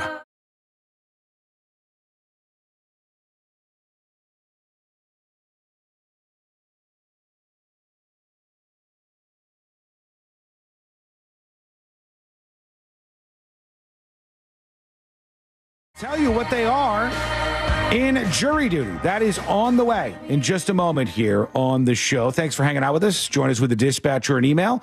Send an email to tips@thenewsjunkie.com. Record a dispatch over on the website, thenewsjunkie.com. All right, let's go into this. We might as well go face first because we got a lot going on at once. Let's do jury duty. Court is now in session, so put your phone down and pay attention. Before we call the bailiff over to whip your ass, you're now on jury duty with the News Junkie. Jury duty brought to you by the one, the only Mo DeWitt of the DeWitt Law Firm. Injured on the go? Just call Mo. 800-CALL-MO, 800-CALL-MO, or go to justcallmo.com. After an accident, there's lots of attorneys out there, but many of them you shouldn't really put your trust in. You should, however, trust your friend Mo, who you've heard on this show many times, and you know that he'll go up against those insurance companies and you'll end up with a big check before you know it. Check that out. And if your accident has occurred and you're ready to take care of yourself, your family, and your future, dial 800-CALL-MO or go to justcallmo.com. All right, one of the pieces of info breaking out of the press conference about Nancy Guthrie, Savannah Guthrie from the Today Show's missing mother, the ransom letters and all of that, was that they said her doorbell camera was removed at around 1 a.m. I think around 1:30. I'll bring up the actual post. Okay. Police say Nancy Guthrie's doorbell camera was removed at 1:47 a.m. on the night she went missing. All right. Now, this is what they said at the press conference. If her doorbell camera was removed, to me, 100% chance whoever removed the doorbell camera obviously knows where this woman is and was responsible. It just seems logical that that's the case. Who knows what brand it was? There's a lot of major companies from Nest to Ring to Blink that make these doorbell cameras, but they should be able to retrieve at least some of the footage, I would think. Maybe not all of them are in the cloud, but a lot of them, I think, store stuff in the cloud. And at 1:47 a.m., they said they removed the doorbell camera from her home, which is a pretty big clue as to what's going on. So you would assume that they've checked her account to see if there's one last video from that doorbell camera of somebody coming up and grabbing it off the wall? I would think so, yeah. And that would be item number one. And they said earlier at one of the other press conferences this week that they were waiting to hear back from the company, one of these tech companies. It's all in the lab, I thought. They sent it to everything's in the lab. They sent some stuff to the lab, and they were waiting back from these tech companies to hear more. Let's see if we learn anything else, because I think the press conference is wrapped up now, but or maybe not. Let's check. Doorbell cameras. All right. Somebody walks up. My wife's. If I walk up, she gets an alert, and it's usually something like that. All right, they're talking about the doorbell camera. A person's detected. So to understand them above, one, does that mean that it was about a 45-minute span that the suspect or suspects would have been on the property? And then also, does this essentially mean that you cooperated with the tech company? They believe she's still out there, by the way. We know that the tech company that we sent that camera off to, yes, they've said they've run out of ways to. Damn. Wait. The doorbell camera was removed but stayed on the scene? They sent the camera off to a tech company? That's what he just said. He said they sent it to them and they said they couldn't do anything. They couldn't get any of the last footage. That seems like a flaw in the system. That seems bad, but maybe give some more context. Next person's going to be ABC News, Aaron Katersky. ABC News. Yeah. I'm sorry. Was what 45 minutes? about a 45-minute span that somebody would have been on the property then from 147 to 228? Yeah, I think those times speak for themselves. So whoever And it was in the is house was there for about 45 minutes. Like I say, those are approximates. So, yes. I'm sorry, who was next? Did you say? ABC News. Hi, Sheriff. Thanks very much. Is there information? Purposely withholding because of the active investigation? That you're purposely withholding because of the active investigation. He can't tell you that. This is no different than any criminal investigation that we conduct here. Law enforcement has conducted investigations since 1865 here in Pima County. We're always mindful of what it is. They've been doing it before that beer they discovered. And that's true. Release and can release. There's legal guidelines that guide us, but there's also strategy too. So yes is his answer. Josh was right. The answer is yes. There's some stuff that we are holding back at this point in time. Boom. All right. I'll see if there's anything else that drops at that press conference, the conference that's worth our time in playing. And if so, we'll get to it pretty quickly. Right now, let's work on our first dispatches of the day. They also said real quick before we move on to that the blood that they found on the porch was indeed Nancy's. Okay, her blood, but they don't have anybody else's, huh? They haven't said if there was another source of blood. I just saw of the headlines that were moving by as this press conference is going on, and he's still answering questions, is that the blood was Nancy's. There was an arrest made from the imposter.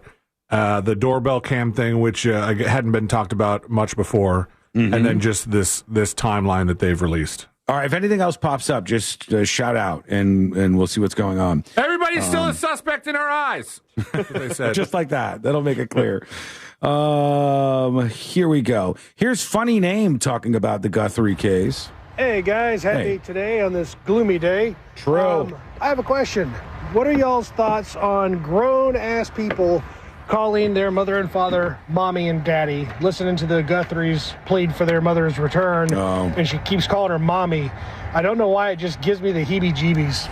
You know, I think that is solely a cultural thing based on your family and how you do that stuff. Yeah, I think so too, but also we talked, while we watched the video of Savannah Guthrie and her sister and brother, trying to reach out to the kidnappers, trying to kind of bargain or plea for them to give proof of life, stuff like that. We did mention that these kind of speeches are stuff that the cops help you write, because there's some psychological chess playing going on here. So they might not be people who call their mom mommy, but they're trying to tug at the heartstrings of this kidnapper if he or she has any, and that might just be another move, another strategy. I mean, it makes sense. Imagine somebody comes up there and says, "Give me my mom back," or somebody goes, "Mommy, we miss you so much." They're trying to play to the emotions of whoever is responsible for this, and there's only so much precedence to anything like this. I mean, this is a pretty astonishing case. We're watching one of the big ones in real time. We're watching, unfortunately for the family, one of these like sort of Elizabeth Smart-like cases that eventually turns into a docuseries, and you'll say, I remember when. And we're following it this week, and until we get to the conclusion of this one to see what the hell is going on here. Right now, we're going to take a quick break. When we come back, we'll get to those protests at school and email her with some really interesting additional information about the school protests happening this week. A lot of other feedback that we have to get into, more on the Guthrie case, and a whole bunch more as well. And it's all coming up next on the News Junkie. Wherever your plans take you on Super Sunday, you can take the big game with you. From the opening kickoff to the presentation of the Lombardi Trophy, Real Radio 104.1 is the home of Westwood One's coverage of Super Bowl 60. From the Clausman Law. That's crazy. She's on some like pretty important stuff, obviously. All right, folks. Welcome on the scenes. Old Dixie Highway. Those lanes are blocked as well in both directions. Trying to figure out what song to end on today as we enter the power hour. Traffic tip line at 866-676-8477 from the traffic center of James, Birmingham. This report is sponsored by Allstate. Some people just know you can save money on car insurance by checking Allstate first. Those people are probably saving a carload of cash right now. So what are you waiting for? Check Allstate first for a quote today. You're in good hands with Allstate. It's a crime to pay more than a dime. One dime down at RC Hill Mitsubishi in DeLand. Just go to rchill.com. Listen up, my friends. Mortgage rates are heading down. Many people have loans in the 7s or even 8% range. And if you're one of them, you should explore the savings for a refinance to lower your payments All right. or get cash out. Get a quote. Now all I gotta do is get the audio for today on, which I'll do during a different break. .com.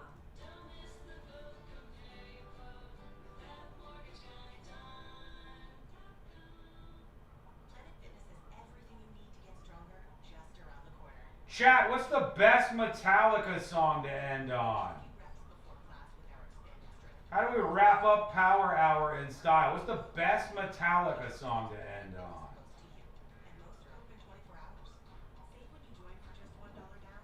They got some good bangers, right? As they say. Enter Sandman, 1. Those are classics. What's the whiskey one? There's a whiskey song.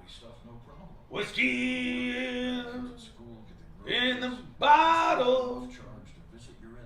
Nothing else matters. Damage Incorporated. War Pigs. Yeah, or whiskey in the bottle, or whatever that thing is. Whiskey in the jar. Whiskey in the jar. For whom the bell tolls. Yes. Yes, that's good. That is a bonanza. For whom the bell tolls. That is a bonanza-like way to end the show. Zepp Must Die. My favorite Metallica song is that, it's the sweet one that they did. You took me by the hand, made me your man, that one night. What? That's a killer Metallica song. You guys know that? That one night. Classic Metallica. Took me by the hand. It's pretty beautiful. Hey, Bobby Bones. You think you know what's going to happen during the big game? Call up the DraftKings Predictions, the new app where you can predict outcomes on football's big. You made everything alright. Pick a topic, make a prediction. Don't tell me not to sing. I nailed that. That's exactly how that song sounds. You have to like miss a couple of notes. You took me by the hand. All right, we're getting into these emails when we come back. School protests taking off. And somebody from one of these schools where they're trying to plan the protests is sending an email. My dog is howling? That's because I'm nailing it. You need to hear more Metallica? That One Night is probably the best Metallica song, and I think everybody knows it.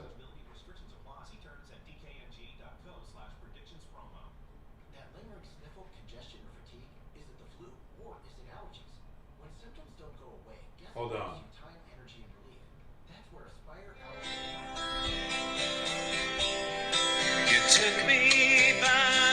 It's from the Black Album, I think.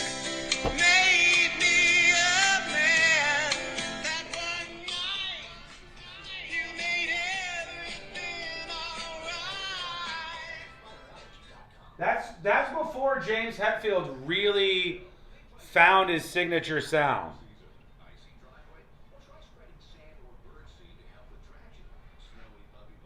Two minutes and we're coming back live.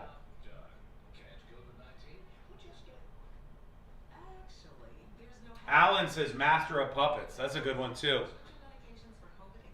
And it's recently relevant. That's the one they had in Stranger Things, wasn't it? Was it Master of Puppets? What was the song in Stranger Things? Master of Puppets, I think?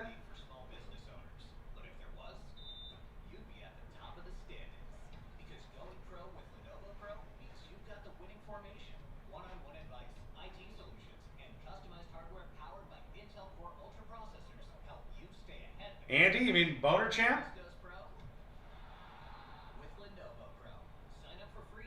Hunter is a really good assistant, too, so I hear. All right, 1 minute, and we're coming back live for the power hour of the show. Gene, our cameraman, is feeling confident, although I don't think he should. Honestly, he's hanging on by a thread. He's hanging on by a thread and could be replaced at any minute. We'll see.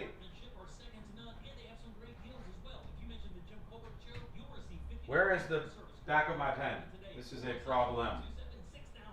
Where's the back of my pen? This is one of my gold pens.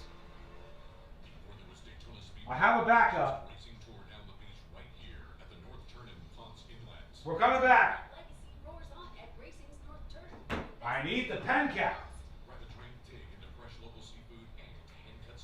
That's it. I found it. I found it. Ow. Okay. All right, I got it. Whew. Here we go. Favorite moonshiners, Mark and Digger. Trajan Wealth, your trusted local fiduciary advisor. Visit TrajanWealth.com. Broadcasting live from the JustCallMo.com studios. Need help after an accident? Just call Mo. Learn more at JustCallMo.com or call 1-800-CALL-MO. This is WTKS-FM HD1 Cocoa Beach, Orlando. An iHeart radio station guaranteed human. Real Radio has your chance to win $1,000. Just enter this nationwide keyword on our website. Happy. Happy. Happy. Enter it now at realradio.fm and answer your phone if you get the call. Good luck.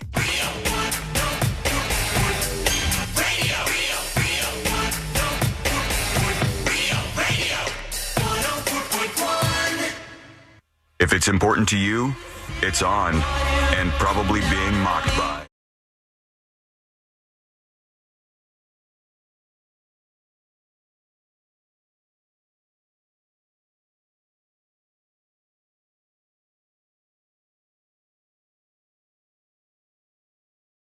Genuinely, from the bottom of my heart, for hanging out with us today. We appreciate that. I know there's a lot going on out there. The same 3 songs over and over and over again. That's one thing you'll hear on a lot of these stations. Or here, you can hang out with us as we go through the most viral stories of the day. Learn more at thenewsjunkie.com. You were right, Emails buddy. Coming in. Hang on one sec. Emails coming in. Tips at thenewsjunkie.com. We'll get to those in a moment. What was I right about, Celie? What were you talking about? You were saying that, right now is a time to be kind of weary about anything you see online that goes viral. Yeah. Because of the upcoming Super Bowl, Super Bowl, right? Yeah. And yeah. you mentioned specifically a video that you thought, I don't know, this one seems like it's more than just like somebody having fun with AI.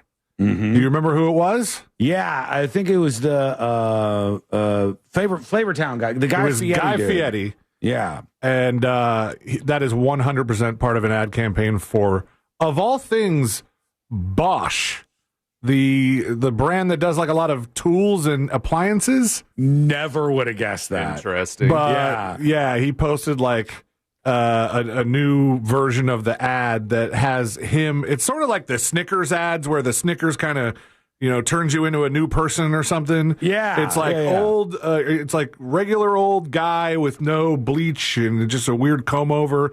And every time he grabs like a Bosch tool or a Bosch refrigerator or something, he turns into what you know of Guy Fieri. Okay. I see. eFresh Rocks on Twitch says, is C-Lang saying the Savannah Guthrie thing is all a Super Bowl commercial? That would imagine if it's not. That would right? take some balls. That as far as we know, that's a very, very real situation that's playing out. The Guy Fieri thing was he posted this clip of him and he said, "New year, new me," and his hair was dyed and it was very, very I don't know, not as wild and crazy and bleached blonde. People have done viral posts of Guy Fieri where it's like they'll Photoshop him into just a normal, like a state of normalcy that's very un-Guy Fieri-like. And they're like, look, this is what he would look like without the spiky hair, and if it wasn't bleached, and if he didn't bleach his beard and all that. And, so those have been going around for a while. I think he's just embracing it now. What did they say? The comments were all these jokes about it. It was like Flavortown Crier, where people, because he looks like a muted version of Guy Fieri. But keep your eyes out for that stuff. Some stuff you see right now is indeed going to be some surprise for the Super Bowl. Meanwhile, the journalists are complaining because the journalists at the Super Bowl in California are in line for the Bad Bunny press conference. Bad Bunny. This person says, I've been a journalist since 1983. Cool. There's a line for the Bad Bunny press conference. I've never stood in a line to get into a press conference, this guy says. Puerto Rico. This is the line. And I'm seeing Bad Bunny press conference. There's a line right there. Whoa. It's a pretty big line. There's a huge line of all these journalists because they probably have them from all over the world, I would imagine. Wait, how do you even make it through the line? It's not like they're going to throw multiple press conferences, is it? I hope not. One per journalist. Hey, it's Bad Bunny just for you. Just one at a time. That sounded just like Bad Bunny. Thank you. Straight out of Puerto Rico. I had to up the the celebrity impersonations today since you and your Sopranos one was so bad. Really? Come on. That's right. Hey, it's me, Bad Bunny. That's what you sound like. I think it's a pretty good Tony Soprano. I can picture it. Thank you. Yeah, I just close my eyes and I can picture it. All right, some emails rolling in. Tips at thenewsjunkie.com. Melanie says, I'm watching on the YouTube stream, but running a little behind as usual. You just mentioned a letter. This was from yesterday. One of the school districts sent out, and coincidentally, I checked my email a few minutes later, and it appears today I also received an email about these ICE protests that students are doing at schools. Just wanted to pass it along. It sounds like it's a statewide issued policy. The day before they were first doing the walkouts, we got an automated call from my middle schooler's principal saying, nah, we ain't doing that. Good. They are understanding in a lot of these cases that this is not what should be happening in school. If the kids want to protest after school, if they want to go with their parents, that seems lame. I wouldn't do it if I was a teenager, but if they want to and they think it's that important, go for it, but not at school. School is not for this.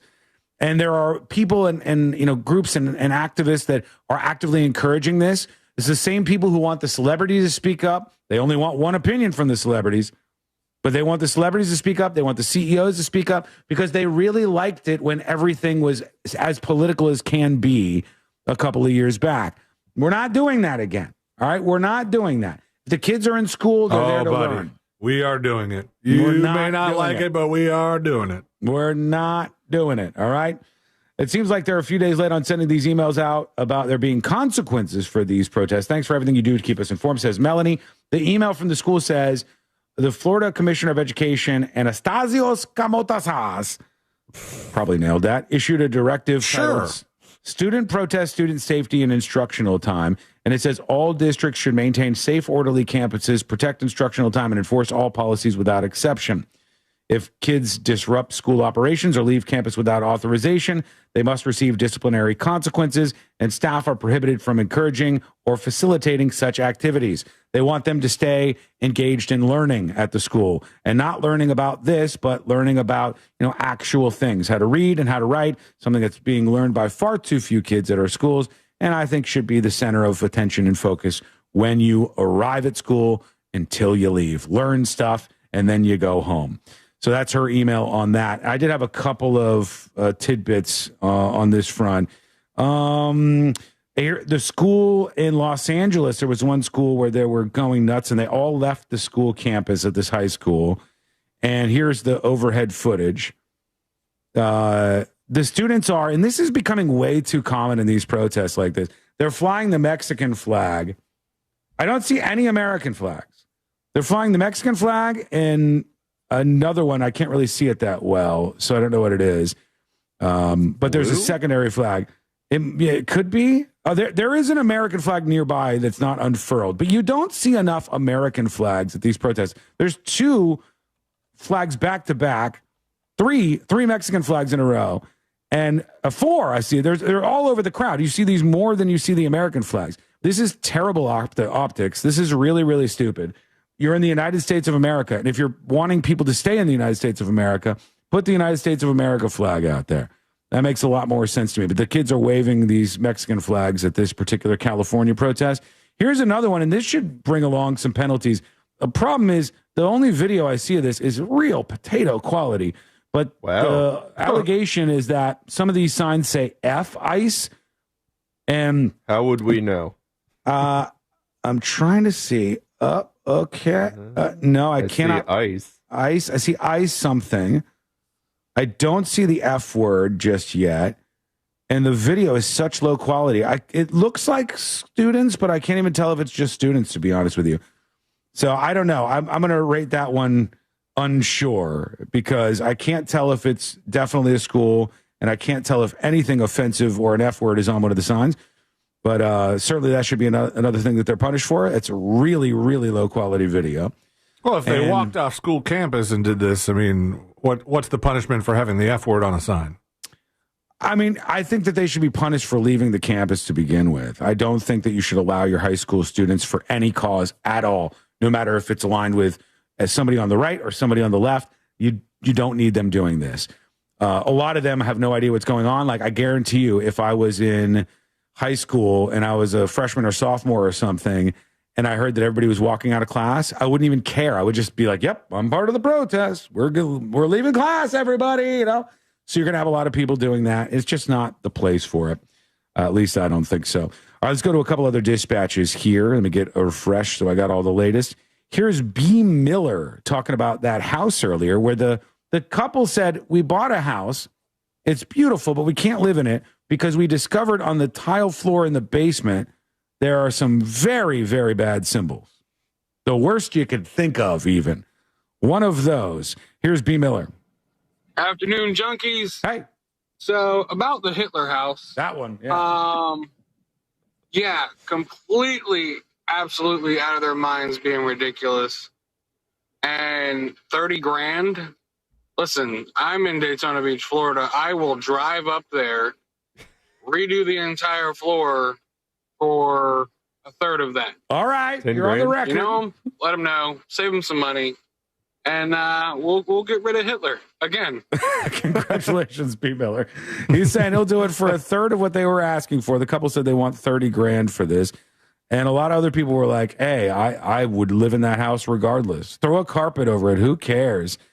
And now here's one more flip on this topic. So I was born and raised in northeastern Ohio and lived there for, about 40 years. Okay. And so it pre and post Nazi Germany, there were a lot of German immigrants that came and settled in northeastern Ohio, western Pennsylvania. So it's not rare to go into like a thrift store or antique store or something like that in northeastern Ohio, western PA, and find Nazi memorabilia. Really? You know, the parents are dying, you know, from that era, and their kids are cleaning out their house and chucking all their stuff. And yeah, it's pretty prevalent up there. And yeah, you'll see stuff like this, you know, the people who brought it over here with them and continued that thought process. It's nasty, but it does exist. And thank you. Yeah, and it's not just this house. I've seen it in other places. Appreciate it. Thank you, Flip, for the dispatch. Send yours in over on the newsjunkie.com. We'll try to work that in before the end of the show. This is ex-swimmer who says to tips at the newsjunkie.com, hey, happy today. Ex-swimmer here. I know you talked about the possibility of getting secret show subs and ad-free version of the stream. I would love that. I'm going to work on that and see if we could do it. I noticed that in the middle of a story, it jumps to commercial, asking you to skip it to get back to you guys. I know it's out of your control, but very frustrating. Also, I want to know if I have one of those frowny faces next to my dispatches. I don't know. The only way you can tell is if you send in a dispatch and it never, ever gets played, you're probably on the frowny face side. And they come in labeled, they're like brown in color, and I just ignore them because generally you're not hitting it out of the park. Love you guys. Been a secret show sub since almost the beginning. Wiggle, wiggle, and all the pops. I don't see how you could be a frowny face. I don't see it happening. So I appreciate you. And we'll see who else we have on board before the end of the show today. What we're going to do right now is take a quick break. We'll get into more updates next on, interestingly enough, the Savannah Guthrie story. Some things that we haven't gone over yet that are going down right this moment. This could blow everything wide open. The details you're looking for coming up next on the News Junkie. Real Radio is on Instagram at Real Radio 1041. Sponsored by the law offices of Anajar and Levine Accident Attorneys. Call the law offices of Anajar and Levine at 1-800-747-FREE. That's 1-800-747-3733. On the major roadways, it's the calm before the afternoon drive storm. You won't be running into any accidents or major delays just yet. Talking about storms, that weather from this morning's all cleared up. That won't be affecting your afternoon drive here. Just look out for a disabled truck off to the shoulder on the Greenway northbound before Colonial Drive. See traffic troubles? Call the Valvoline Instant Oil Change Traffic Tip Line at 866-676-8477. From the Traffic Center, I'm James Birmingham. This report is sponsored by King's Hawaiian Sliders. Nothing brings friends and family together on game day like delicious King's Hawaiian Sliders. Bring them to the big game table and be the real MVP. Pick some up this weekend in the bakery or deli section of your local store. Football and King's Irresistible Hawaiian Sliders. There's nothing like it.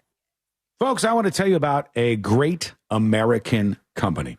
A company that is going to do right by you. A company that will not be like so many of their competitors in the air conditioning business and take advantage of you and take your money because they know you don't know what's going on with the AC. You don't know how to fix it. The techs at Mills Air are instructed by Leon Mills to be the most honest that you could possibly be. So it's a $5 part if it's a $5 part. This is how they operate. And this is how they build people over time. Now, what they're going to do is give you a fair quote, and they're going to fix what's wrong with your air conditioning and get you back up and running very, very quickly. So if you have a problem with the AC, with your heater during these colder weeks like this, even in Central Florida, you want a locally owned and operated and a family owned and operated company that's going to do right by you, and that company is Mills Air. Call them at 407-277-1159. That's 407-277-1159. Or remember, any problems with your AC, go to millsair.com. This earful of Real Radio is brought to you by JustCallMo.com. Injured on the go? JustCallMo.com. Powerful doesn't just happen. You have to make it happen. So the moment Total Wireless... Stand by, Skull Mic activated. Grabbing some audio for Today Alert. 2 segments left in the show. The Power Hour rolls on, friends.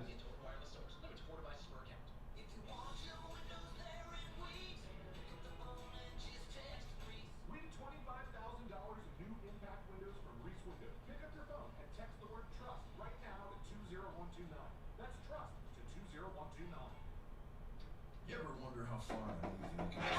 Well, most people can ride 40 miles a day, which means you can do all daily stuff, no problem.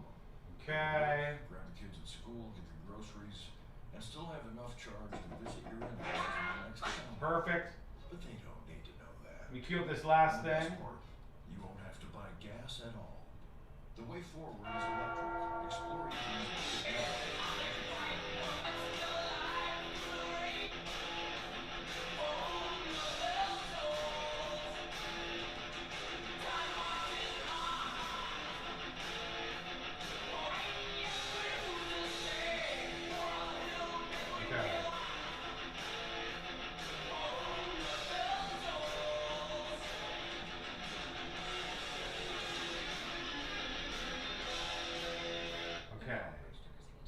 30.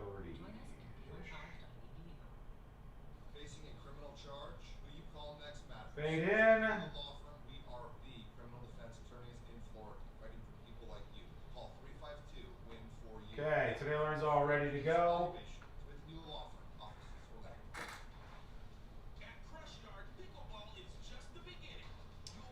Prince Andrew has been removed from his royal residence and taken to an undisclosed location? What?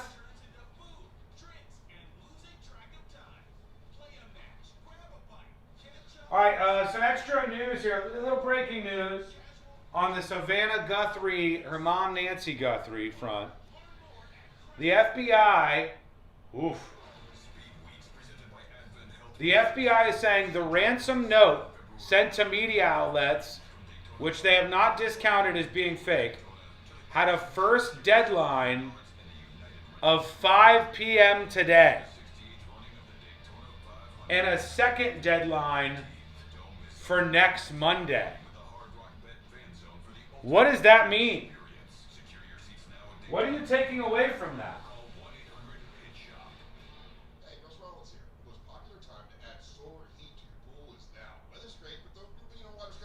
What are you taking away from that?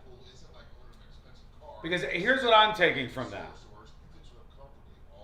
If there's a deadline of today in just a few hours, 5 p.m. today, to me, isn't that when they say, like, they'll hurt her or something? Or, hey, you know, this deadline, pay it by this time, or something. Like, the first bad thing is going to happen, and then the second deadline would be when they maybe threaten to actually kill her. Right? What does this mean? That's very strange.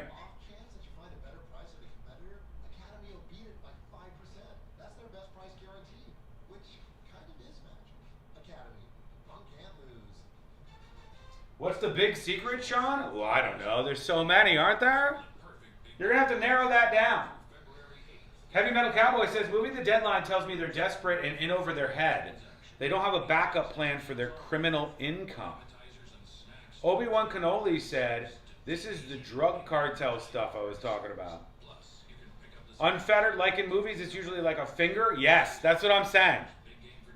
That's literally what I'm saying. In the movies, they would say, we will send you her finger if you do not meet our first deadline, which is today, in a couple of hours. And then they would say, if you don't make our second deadline of Monday, we're going to kill her. Like, why else do you have two deadlines? Pinky toe? Let's hope both deadlines are bluffs. Absolutely.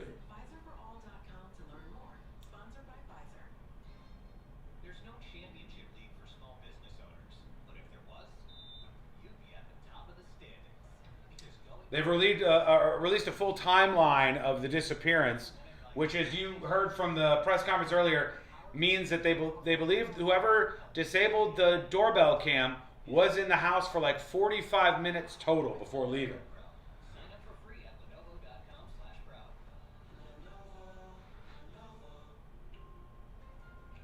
Josh looks like Grizzly Adams if Grizzly Adams was a jackass. It's a little late, but still hurtful.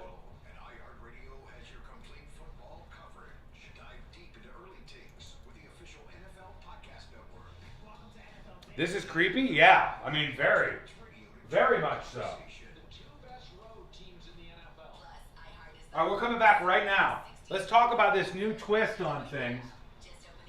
We have 2 segments left, and that's a wrap on a Thursday show. Hope you've had some fun today.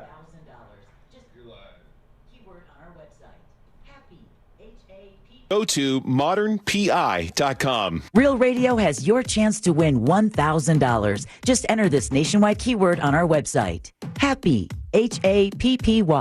Happy. Enter it now at realradio.fm and answer your phone if you get the call. Good luck.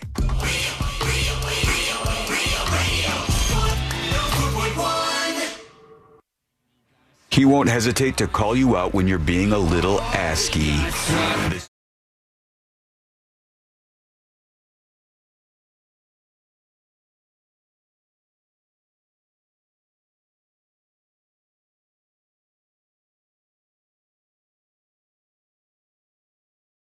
World's most viral newsroom, and you can learn more about all things happening on the show. You can watch the show after it's done. You can listen to the show after it's done with a podcast.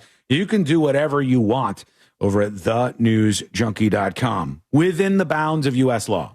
I should add that as just a little addendum on there. You can almost do everything you want. New info coming in. This is interesting. I'm going to read this new tidbit. And Sealand and Josh, you guys tell me what you make of this. All right? Okay. So the FBI is saying of this Nancy Guthrie situation where she's missing, Savannah Guthrie's mother from the Today Show is missing. She's been taken apparently by some sort of kidnapper, some sort of abductor. The abductor is, they believe, asking for some sort of ransom in Bitcoin. 5 days have gone by. Sealand, you told me earlier that they said the medication that she's on, like she could be incredibly ill just from being off the medication at this point. Yeah, they said at some point in the press conference that it could be fatal to not have the medication for her. What do you take from this, Sealand and Josh?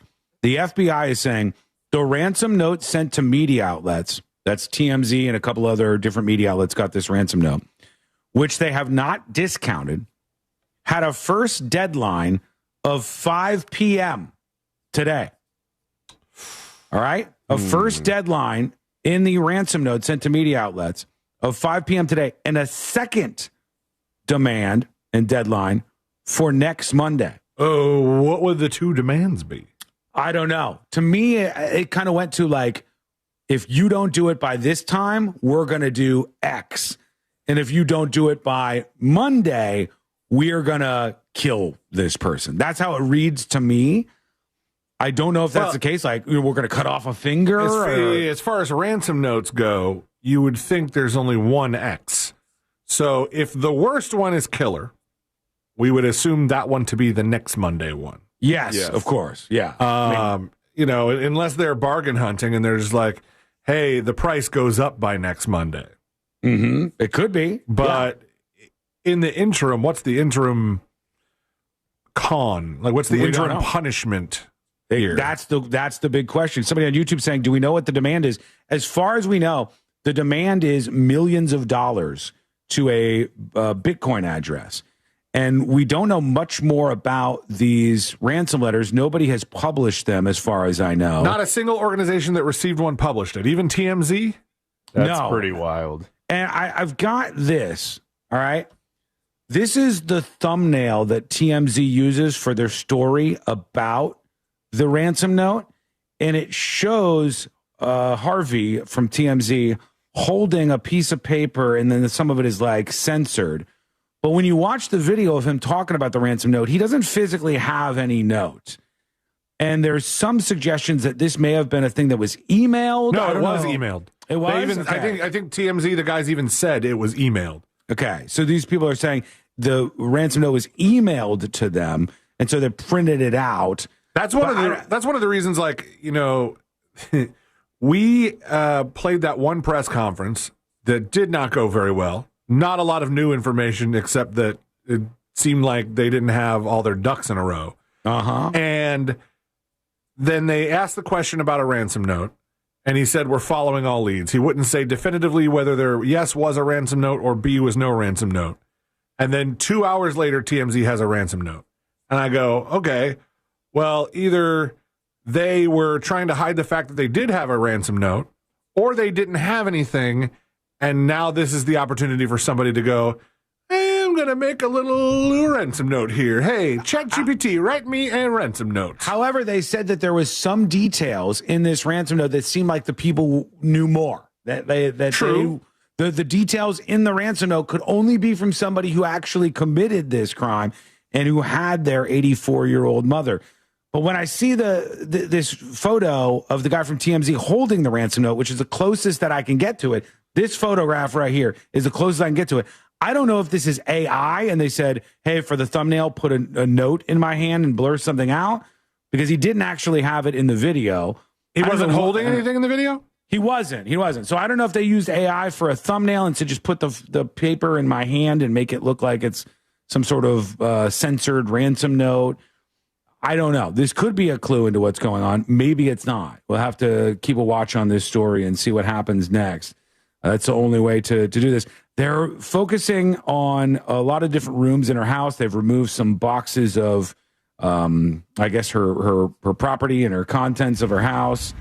There's some of the authorities inside the place walking around and boxing up stuff because the feds went in there. This guy trying to hide behind a cactus? Yeah, it's filming from across the yard as they go through the house and find all the stuff that's now turned into evidence. Then they went inside the garage, I guess. This is authorities wandering around in the garage.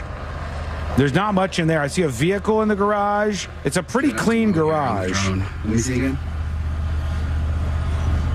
This guy filmed with his drone inside the Guthrie garage. Nancy Guthrie, the grandmother, or the mother rather, her garage, and there's nothing really that you could see in here other than like she keeps a pretty clean garage. She's got a car that's left behind, cleaner than mine. Yeah, it's that's unusual in a way, but I don't know if it tells us anything about this. And there are a lot of detectives on this case.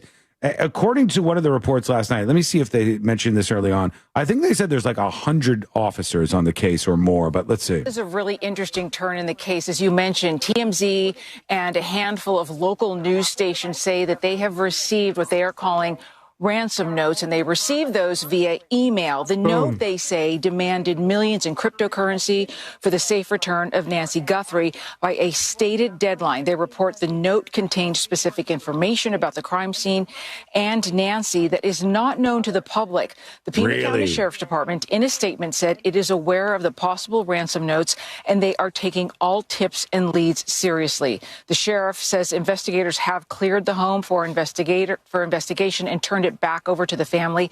They have processed DNA testing that so far has not produced a person of interest. Now, the New York Post is reporting FBI agents spent about 2 hours at Savannah Guthrie's sister Annie's home yesterday. The Post reports Savannah is believed to have also been there. Yesterday, President Trump was asked about the abduction of the Today Show host's mother.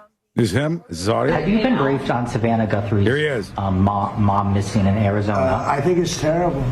Would you commit to more federal agents like helping out on the Sure, I would. I'm going to call her later on. I think it's a terrible thing. I always got along very good with Savannah.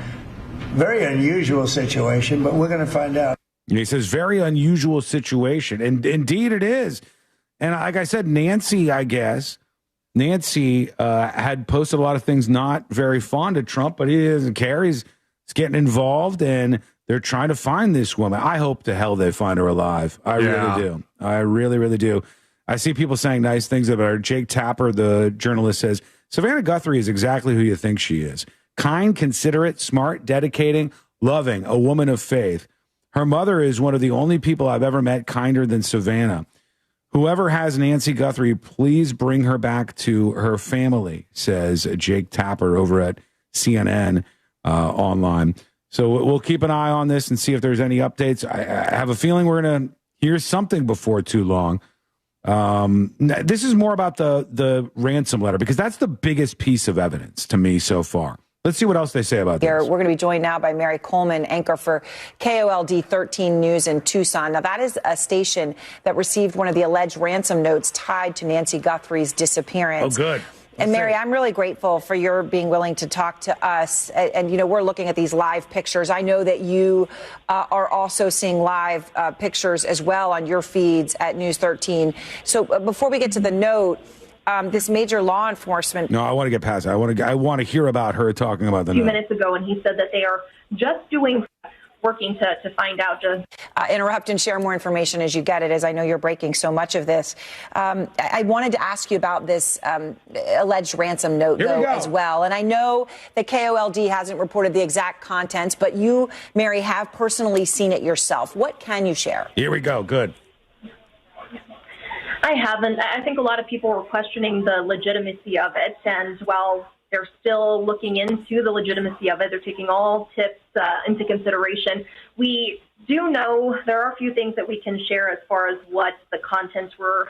A lot of it is information that only someone who is holding her for ransom would know, some very sensitive information and things that people who weren't there when she was taken captive would know. So those are things that are concerning. We immediately sent that information over to the Sheriff's Department, and they're, of course, looking into the legitimacy of it. One of the detectives did get back to us and ask us for some more information so that they can start searching for an IP address and things of that nature to try and figure out who or what people are responsible. I figured that would be the case. They're obviously going to try to search this email that sent this over and try to trace back where the IP address was from.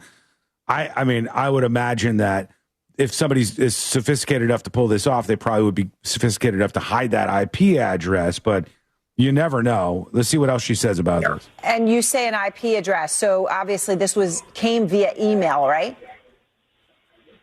Correct, it did. It came into our newsroom via email. So then who saw it first, and what did the station do? I mean, at what point did you all realize, wow, this might not be a crank. This might be something.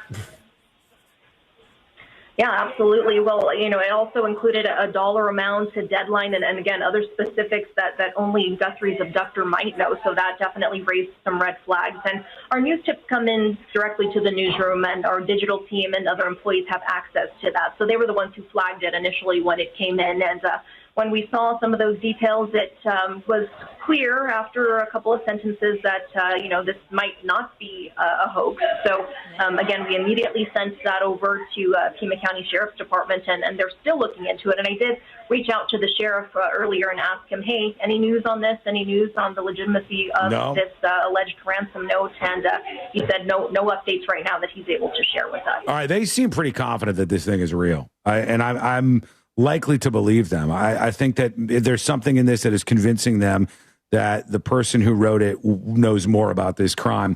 All right, we're going to take a quick break. And when we come back, we're going to do the final dispatches, including a very bizarre piece of fake news that we got to snap down because this has been going mega viral out there. It's not real, but it has transfixed a lot of people online. We'll knock that fake news down. We'll do the final dispatches, stories that didn't make the cut, and today I learned to wrap everything up for a Thursday. That is coming up next on the News Junkie. Classic Alternative this weekend on Real Radio 104.1.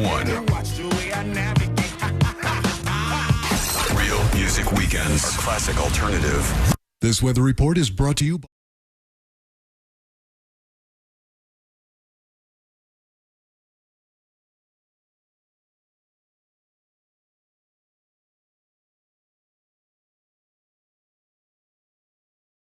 coat one last time, taking a look. That's it, folks.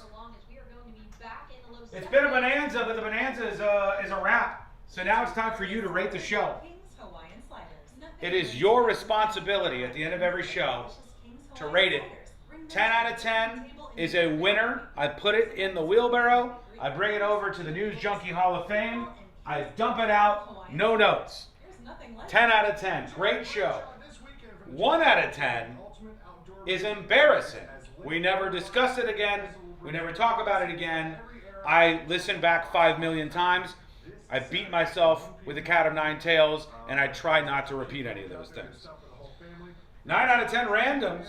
9.1 old vodka shots out of 10. Oh, I forgot about that. Stuff's doing some damage to me.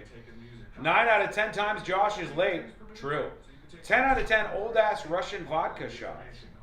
I'm giving it a 10. I had a great time. 8 out of 10 random messages. Oh, thank you. I appreciate it. 10 out of 10 Josh roast. 8.7 out of 10. I missed 80% of the show. Oh, my God. Oh, my God.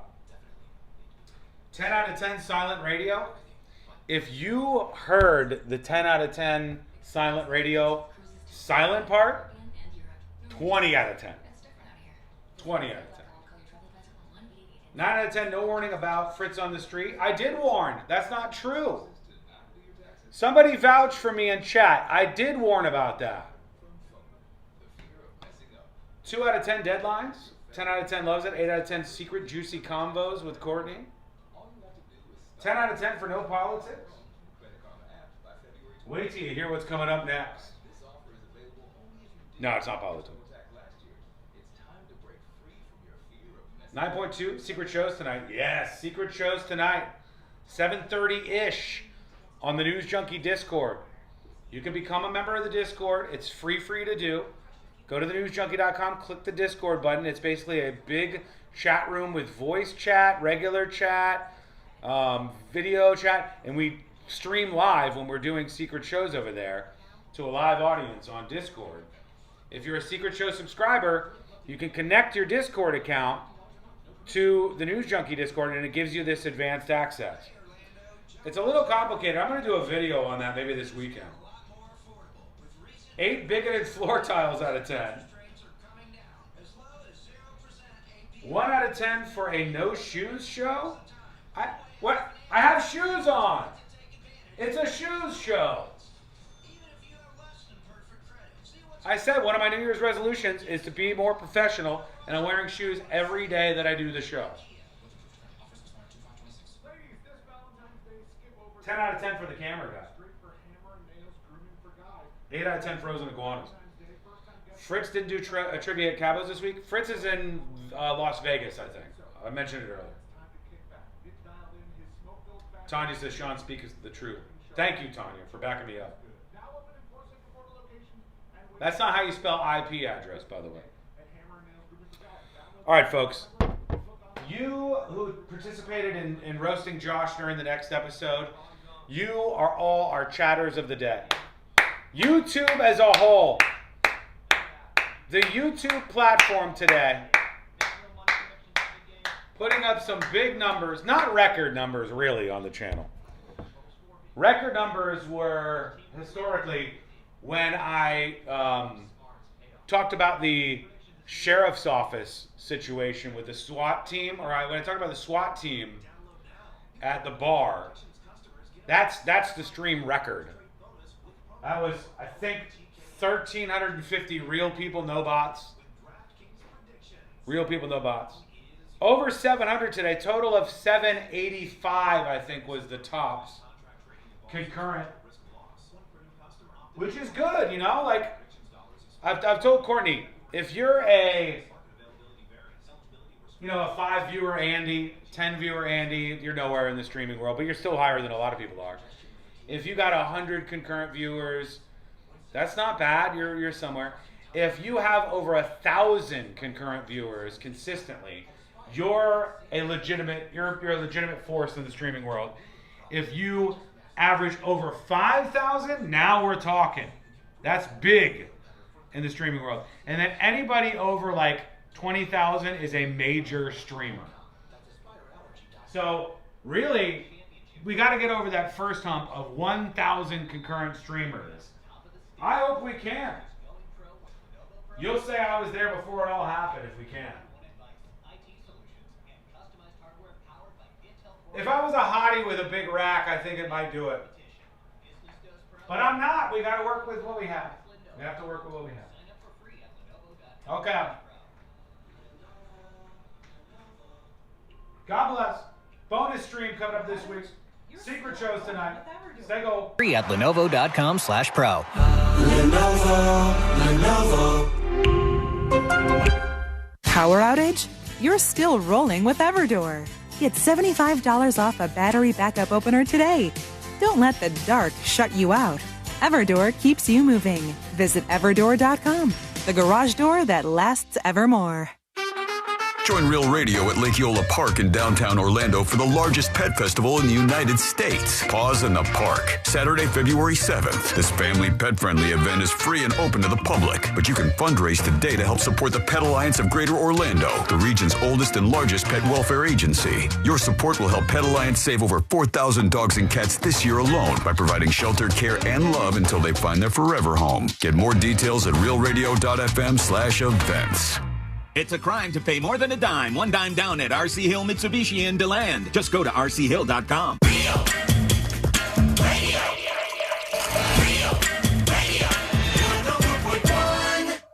On a constant quest to stay calm, like that bear in the hammock.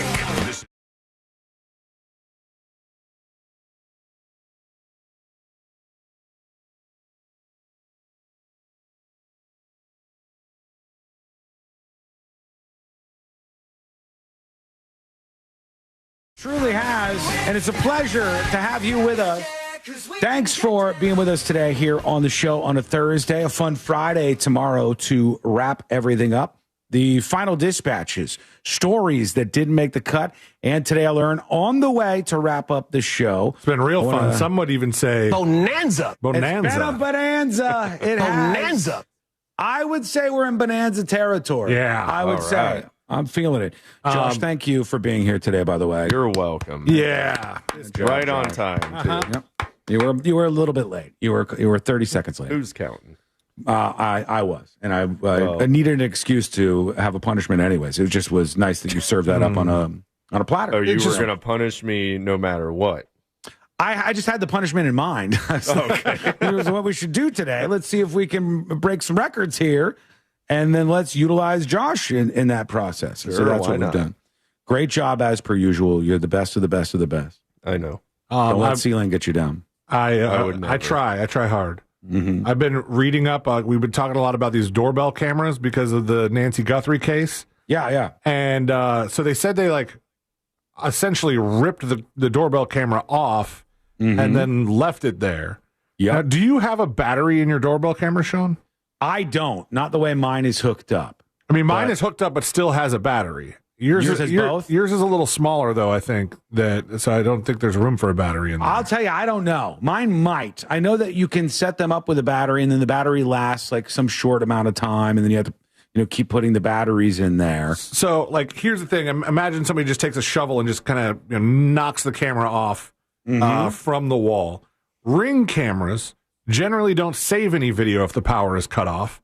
Okay.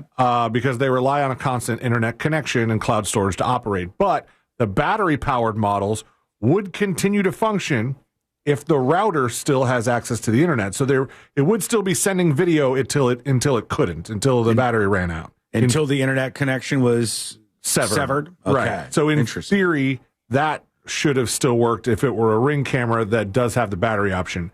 Nest cameras, if running on the internal battery during an outage, the camera can record until the battery dies, and it'll save an hour of footage internally. So maybe that's what they were saying by trying to say they sent it in somewhere to see if the lab could do anything with the camera itself. Yeah. And it's completely possible with these $1 million houses that it could be a system that was neither of the main consumer systems. It could have been a custom job, any of that. But, yeah, it doesn't say. Yeah, it's there is things in place where if the power's cut or if it's just ripped off the wall, there would still be ways to get that video. All right, real quick before we get to this thing that's fake news that's going viral that I'll knock down in a second. Here's the timeline. Nancy Guthrie approximate timeline. This is from the press conference earlier. January 31st, Nancy travels to a local family's home at 5:30 p.m. At 9:48 p.m., the family drops off Nancy at home and the garage door opens. At 9:50 p.m., the garage door closes. On February 1st, at 1:47 in the morning, the doorbell camera disconnects. At 2:12 a.m., software detects a person on camera. No video available, no subscription. Oh, man. That sucks. Then it says 2:28 a.m., pacemaker app shows disconnect from phone. That means that her pacemaker made it far enough away from her phone, I believe, that it sent off like an alarm. 11:58 a.m., the family checked on Nancy. 12:03, a 911 call to the sheriff's department. 12:15, patrol arrives. So that's our timeline. We'll keep that as we go on the show here. Here's the fake news. I'll run it here from our friend Frankie McDonald as we wrap everything up today. Our fake news alert. Fake news alert. True indeed, Frankie. These ladies are fake. They're going as viral as can be and adding a lot of followers. But these conjoined twins that you probably see all over the internet, they're not real, everybody, okay? Who would believe that? People were believing this. There was hundreds of thousands of people starting to follow these conjoined twins who have an account. It's Valerie and Camilla on Instagram. And many people were fooled. To me, come on. At risk of sounding rude or crass, the conjoined ones are never that hot. You're right. You're right. I'll put this up on See It Now so everybody can take a peek. I'm grabbing a screenshot of this now, and I'll put this up on See It Now. But these are fake, just so you know. I know your friend is going to be like, man, have you ever seen these? Hilarious that they've managed to fool this amount of people. Good for you, I guess. But two chicks at the same time, Peter, man. Does it count if there's only one? Okay, never mind. All right, dudes, stop. All right. We'll discuss later. Conjoined twins going viral. All right, I'm putting this up on See It Now so you can take a peek whenever you get a chance. And don't forget, it's not real. When your uncle sees this and gets all excited, tell him, calm down, Unc. Sean said they're not real on the news junk. I wonder if that one uncle from the cruise ship death has tweeted them yet. I don't know. We'd love to get to know you, baby. Soon enough. All right, let's get the hell out of here. We're out of time. Let's do Today I Learned. The following information may make you feel smarter, but will not actually increase your IQ. So don't get cocky. Now it's time for what we call Today I Learned. is Today I Learned for a Thursday, February 5th, 2026. It was a bonanza of a day. It truly was. 100% just certified. Bonanza. That's right. One more time. Bonanza. Perfect. There he goes. Let's get into it. Today I learned this guy. Eminem is correct.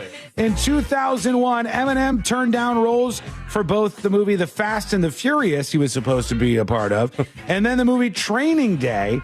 And he said, no, I think I'm going to do this movie 8 Mile, and it's about my life and career, and it's going to take off. You make it sound like some guy just happens to be writing a movie about his life. And I think I'm going to audition for it. I hope I get the part. I feel like a shoo-in for this one. He hasn't done a lot afterwards. He's been in a couple things here and there. But, Happy Gilmore, too. Oh, that's right. He was in Happy Gilmore, too. I almost forgot. The interview? Oh, the North Korea one? Yeah, where he told James Franco he was gay. He has not been in any of the Fast and Furious movies, as far as I'm aware, though, since. And finally, today I learned this band right here. Metallica. Metallica is correct. James Hetfield of Metallica once went to rehab back in 2001. Nice. Better times. Because he was addicted to chocolate. It's sad. I've done this one a million times. I just wanted to end on this song because it's glorious. Josh, thanks again. You're the best, man. Yeah, you got it. We love you. All right. We'll see you tomorrow. Same time, same place. Missed any of the show? I didn't mean it. Get the podcast.